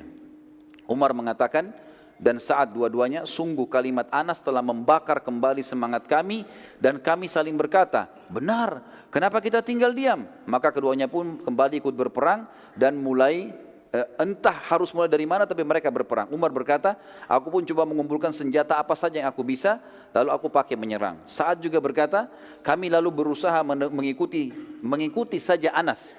Anas kemana kita ikutin sampai dia terbunuh oleh musuh. Apa yang dia buat kita ikutin semampu kita. Sudah nggak tahu harus buat apa lagi. Kata Sa'ad, setelah peperangan selesai, kepada Nabi SAW, Sa'ad berkata kepada Nabi SAW pada saat perang selesai, demi Allah ya Rasulullah, kami tidak dapat mengikuti gerakan dan keberanian Anas. Luar biasa, kita tidak bisa. Waktu perang sudah selesai. Anas bin Nadhr radhiyallahu anhu, maka pada saat itu teman-teman sekalian, pada saat selesai peperangan dan jenazah muslimin dikumpulkan, maka jenazah Anas bin Malik sulit untuk ditemukan, dikatakan, dan dikenal, dan yang mengenal hanya saudarinya dari tanda lahir di tangannya. Ada tanda lahir di tangannya. Itu karena pada tubuh Anas ditemukan 83 luka dari anak panah, goresan dan lemparan tombak serta sabetan pedang. Pada saat itu teman-teman sekalian, sementara bendera kaum muslimin jatuh dan bendera musyrikin juga masih jatuh, pasukan Khalid bin Walid sempat mengambilnya. Tapi waktu mulai dilawan oleh Ali, oleh Zubair, maka mereka mulai melarikan diri lagi, yang 200 ini. Tiba-tiba saja seorang wanita bernama Amroh dari suku Abduddar, ia mengangkat bendera musyrikin. Melihat bendera musyrik berdiri, maka Abu Sufyan dan sisa pasukan musyrikin pun kemudian berkumpul di sekitar bendera. Dari sisi muslimin, Ali bin Abi Thalib juga kembali mengangkat bendera muslimin, yang akhirnya membuat umumnya muslimin yang masih tersisa di kancah peperangan, mereka berkumpul pada bendera itu. Namun Nabi SAW memerintahkan agar pasukan muslimin mundur ke arah Uhud, menyandar sampai merapat di gunung. Maka melihat bendera muslimin menuju Uhud, sisa pasukan pun ikut akhirnya. Seluruh muslimin mulai berkumpul di situ. Sementara pasukan musyrikin mengikuti bendera mereka maju menuju kancah peperangan, dan mereka menuju ke arah bendera muslimin untuk kembali menyerang. Nabi SAW saat melihat mereka menyerang, sementara kekuatan yang terkumpul saat itu bersama Nabi SAW, maksimal waktu itu yang di sekitar Nabi 50 orang. Masih berserakan ada ratusan orang. Gitu kan? Pasukan musyrikin sudah bersatu, ribuan orang datang sekarang. Maka Nabi SAW menyerahkan anak-anak panah kepada Sa'ad bin Abi Waqqas. Kata Nabi SAW, lempar hai Sa'ad, panah ke arah musuh, supaya muslimin bisa berkumpul. Kata Sa'ad, apa yang saya harus lempar ya Rasulullah? Rasulullah SAW mengatakan, lempar wahai Sa'ad dengan apa saja yang aku beri. Maka Sa'ad mengatakan, aku pun memanah dengan anak-anak panah yang diberi oleh Nabi SAW. Setiap dikasih diarahkan ke panah. Dan sampai aku melempar anak panah yang tidak bermata tajam, patah ke depannya. Pokoknya dikasih aku panahin. Tugas aku cuma melemparkan ke arah musuh. Kata Sa'ad, aku pun memanah dengan anak-anak panah yang diberi oleh Nabi SAW. Dan demi Allah, setiap anak panah yang dilempar mematikan musuh. Jadi satu anak panah dilempar mati, satu mati. Jadi mungkin lebih dari 20 anak panah dilempar oleh Sa'ad, semuanya membunuh. Mati, termasuk yang tidak ada runcingnya tadi itu. Subhanallah, kata ahli sejarah, gara-gara perilaku ini, kejadian ini, orang-orang Quraisy berhenti. Enggak jadi menyerang, yang 2000 itu enggak jadi menyerang. Ini setiap anak panah bunuh satu. Ini bermasalah, padahal cuma Nabi sama Sa'ad, mereka lihat dari jauh. Gitu kan? Pada saat itu muslimin mulai berkumpul dan terpojok, gitu kan? Pasukan Khalid bin Walid dan semua perangkat perang lengkap, mereka semuanya berkuda, kembali juga ingin menyerang. Atur strategi, karena saat sekarang cuma memanah, tapi kalau dari dua sisi yang sekian ratus pasukan dan sekian ribu pasukan ini menyerang semuanya, ini kesulitan akhirnya. Sa'ad pun berkata, lalu aku memanah ke arah pasukan Khalid bin Walid dan subhanallah, setiap anak panah yang aku panahkan lagi membunuh satu prajurit Khalid. Dari 200 itu terbunuh lagi 10 orang, terbunuh lagi 20 orang. Dengan 5-6 anak panah saja, pasukan Khalid bin Walid berjatuhan satu sama yang lain. Bahkan ada anak panah yang dilemparkan, kena satu dan tembus ke orang yang lain di belakangnya. Melihat kejadian tersebut, Khalid bin Walid berhenti dan khawatir akan serangan Sa'ad. Ini bahaya. Satu orang tapi memberhentikan begini, tentu dengan hikmah Allah. Melihat pasukan Khalid bin Walid berhenti menyerang, maka dari sisi lain pasukan inti Quraisy ada satu orang, pimpinannya namanya Ubay bin Khalaf. Ubay bin Khalaf ini teman-teman sekalian, orang yang pernah sombong sekali di Mekah. Dia pernah memperlihatkan kudanya, yang memang dia prajuritnya Quraisy. Dia pernah lihatkan dan dia mengatakan, hai Muhammad, lihat kuda ini, lihat pedang ini, lihat panah ini, aku akan membunuhmu dengan ini semua. Kata Nabi SAW, aku yang akan membunuhmu dengannya insya Allah. Waktu masih di Mekah ini ceritanya. Rupanya dia lihat ini, dia sudah dengan pakaian perangnya, dia lihat Nabi SAW. Maka dia sudah mengatur strategi untuk menyerang.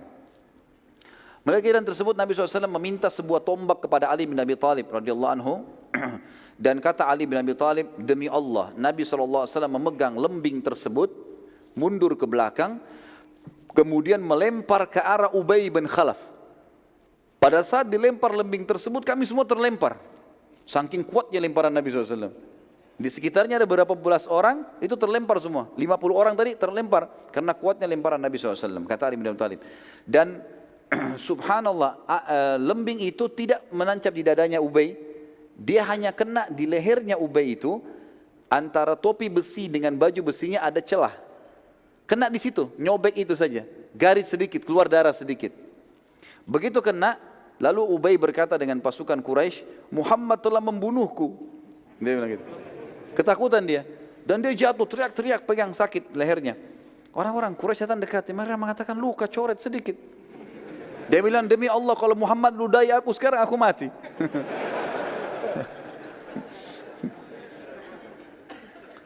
Pada saat dia balik ke Mekah, ini kita cerita selesai peperangan, mereka balik ke Mekah, ternyata betul Ubay ini sakit parah gara-gara luka itu dan tidak bisa sembuh. Dan akhirnya mati gara-gara itu.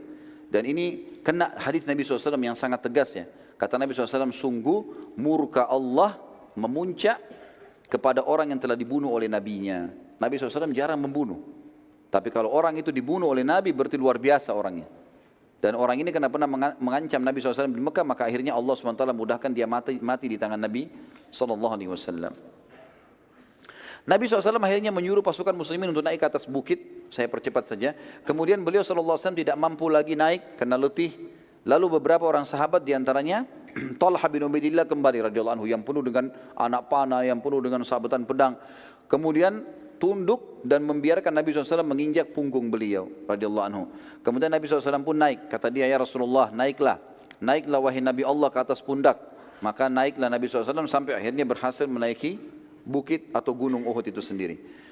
Para sahabat pun naik bersama dengan Nabi SAW, dan pada saat Nabi SAW di atas dan para sahabat sudah naik ke atas, bersembunyi di atas, sempat Uhud goncang, goyang. Maka Nabi SAW menyentakkan kakinya sambil mengatakan, tenanglah hai Uhud, sesungguhnya di atasmu ada seorang Nabi, ada Siddiq, Abu Bakar, dan ada syahidan. Dua orang mati syahid, ada Uthman dan ada Ali, ada Umar dan ada Uthman, radhiyallahu ajma'in gitu. Pasukan Quraisy kemudian mendekati sekitar gunung Uhud di tempat para sahabat sembunyi, lalu Abu Sufyan selaku pemimpin pasukan berteriak dengan suara keras mengatakan, apakah masih ada Muhammad di antara kalian? Nabi SAW mengatakan, jangan ada yang jawab. Abu Sufyan tanya lagi, apakah masih ada Abu Bakar di antara kalian? Nabi SAW mengatakan, jangan ada yang jawab. Abu Sufyan tanya lagi yang ketiga kali, apakah ada Umar di antara kalian? Maka Nabi SAW mengatakan, jangan ada yang jawab. Abu Sufyan mengatakan, kalau ketiga orang itu sudah tidak ada, berarti urusan kalian sudah habis. Artinya dia tahu kekuatan muslimin di Nabi, di Abu Bakar dan Umar, gitu, radhiyallahu anhu ajma'in. Umar bin Khattab waktu itu tidak bisa tahan teman-teman sekalian, lalu kemudian dia teriak mengatakan, semoga Allah menghinakanmu, wahai musuh Allah. Mereka semua masih hidup. Dan Abu Sufyan ini tahu suaranya Umar. Maka Abu Sufyan bilang apa? Demi Allah hai Umar, aku lebih percaya kamu daripada Ibnu Qami'ah. Tadi Ibnu Qami'ah siapa? Yang menyebarin isu kalau dia bunuh Nabi SAW kan? Aku telah bunuh Muhammad, kan dia yang sebarin itu. Kata Abu Sufyan, demi Allah aku lebih percaya kau daripada Ibnu Qami'ah. Berarti betul Nabi SAW masih hidup. Lalu kemudian Abu Sufyan mengatakan, telah menang Hubal, patungnya mereka kan? Kata Nabi SAW, tidakkah kalian jawab? Kata Umar, apa kami jawab ya Rasulullah? Kata Nabi SAW, jawab, katakan, Allah jauh lebih mulia dan terhormat. Maka Umar berkata, Allahu a'az wa akram. Allah itu lebih mulia dan lebih terhormat. Abu Sufyan berkata lagi, kami memiliki Al-Lat dan tidak ada Lat untuk kalian. Lat ini nama patungnya mereka. Umar menjawab, Allah satu-satunya tempat bersandar kami. Abu Sufyan berkata lagi, sungguh inilah imbalan atas kekalahan kami di Badar. Perlu aku ingatkan bahwa pada jenazah-jenazah kalian terdapat mutilasi dan pengerusakan pada jasad mereka yang tidak aku perintahkan dan tidak aku larang. Pasukanku ini ada yang mutilasi loh, ada yang potong-potong tangan, ada yang potong kuping, ada yang potong hidung. Tapi ini tidak aku perintahkan dan aku juga tidak larang karena mereka dendam kejadian di Badar. Umar menjawab, sungguh korban kami pasti masuk surga dan korban kalian masuk neraka. Lalu pasukan Quraisy balik menuju ke arah Mekah teman-teman sekalian, sementara Nabi SAW dan para sahabat sibuk mengurus jenazah mujahidin. Nabi SAW sempat menanyakan beberapa orang sahabat, diantaranya Sa'ad ibn Rabi' radhiyallahu anhu yang ada ditemukan diantara korban muslimin. Dan Nabi SAW berkata kepada para sahabat, carikan untuk saya Sa'ad ibn Rabi'. Para sahabat menyebar, sampai hanya ada seorang sahabat menemukan dia lalu berkata, wahai Sa'ad, Sa'ad lagi penuh dengan darah, lagi sementara mau sakarat ya. Maka dia mengatakan, wahai Sa'ad, Rasulullah menanyakan tentangmu. Kata dia, sampaikan salamku kepada Nabi SAW dan katakan kepada beliau, kalau semoga Allah membalas beliau dengan sebaik-baik balasan. Dan ya, sampaikan kepada beliau, kalau Sa'ad sudah mencium bau surga. Lalu kemudian dia bilang, sampaikanlah kepada sukuku, bahwasanya tidak ada uzur buat kalian meninggalkan Nabi SAW, sementara kalian tahu kebenaran di bawahnya, maka matilah di bawah agamanya. Saat berkata, jadi kalimat ini semua diucapkan, kemudian dia mengatakan, aku mencium bau surga, lalu wafatlah Sa'ad radhiyallahu anhu. Terbunuh kurang lebih 70 orang sahabat Nabi di perang Badar, di perang Uhud, diantaranya Hamzah radhiyallahu anhu. Dan kita tutup teman-teman sekalian dengan kisah mutilasinya Hamzah ini ya. Waktu jenazah Hamzah ditemukan, dan pada saat itu Hindun binti Utbah yang memang dendam dengan Hamzah, dia memanggil Wahsy. Manggil Wahsy kembali, dia mengatakan, belahkan untukku dadahnya, karena aku mau mengambil jantungnya. Beberapa buku sejarah yang mengatakan ini kisah dibenarkan, ada yang mengatakan juga ini tidak dibenarkan, nanti diragukan. Tapi kita ambil pendapat yang mengatakan dibenarkan, maka dibelahlah dada Hamzah. Karena riwayat yang sahih menjelaskan waktu Umar menceritakan nangisnya Nabi SAW melihat jasadnya Hamzah, ini menguatkan itu. Maka dibelahlah dada Hamzah, terjadi mutilasi, bagian hidungnya dipotong, dadanya dibelah, lalu dicabut jantungnya, dan Hindun berusaha memakannya tapi dia tidak mampu karena tidak mungkin makan mentah. Lalu kemudian dia mengatakan, inilah pembalasan karena kau telah membunuh ayahku, pamanku dan saudaraku. Akhirnya Hamzah pun radhiyallahu anhu di situ dibiarkan, digeletakin dan dilumurin dengan darah. Lalu kemudian mereka pun pulang ke Mekah. Allahu a'lam. Ini bahasan tentang perang Uhud tentunya teman-teman sekalian, dan nanti akan kita sampaikan, pertemuan akan datang perang Hamrat Asad. Jadi fase menangnya muslimin sudah kita jelaskan, fase kalahnya muslimin sudah kita jelaskan dan sebabnya. Nanti kita lihat ada fase kemenangan muslimin, dikenal dengan perang Hamrat Asad. Walaupun sebenarnya ini adalah lanjutan perang Uhud.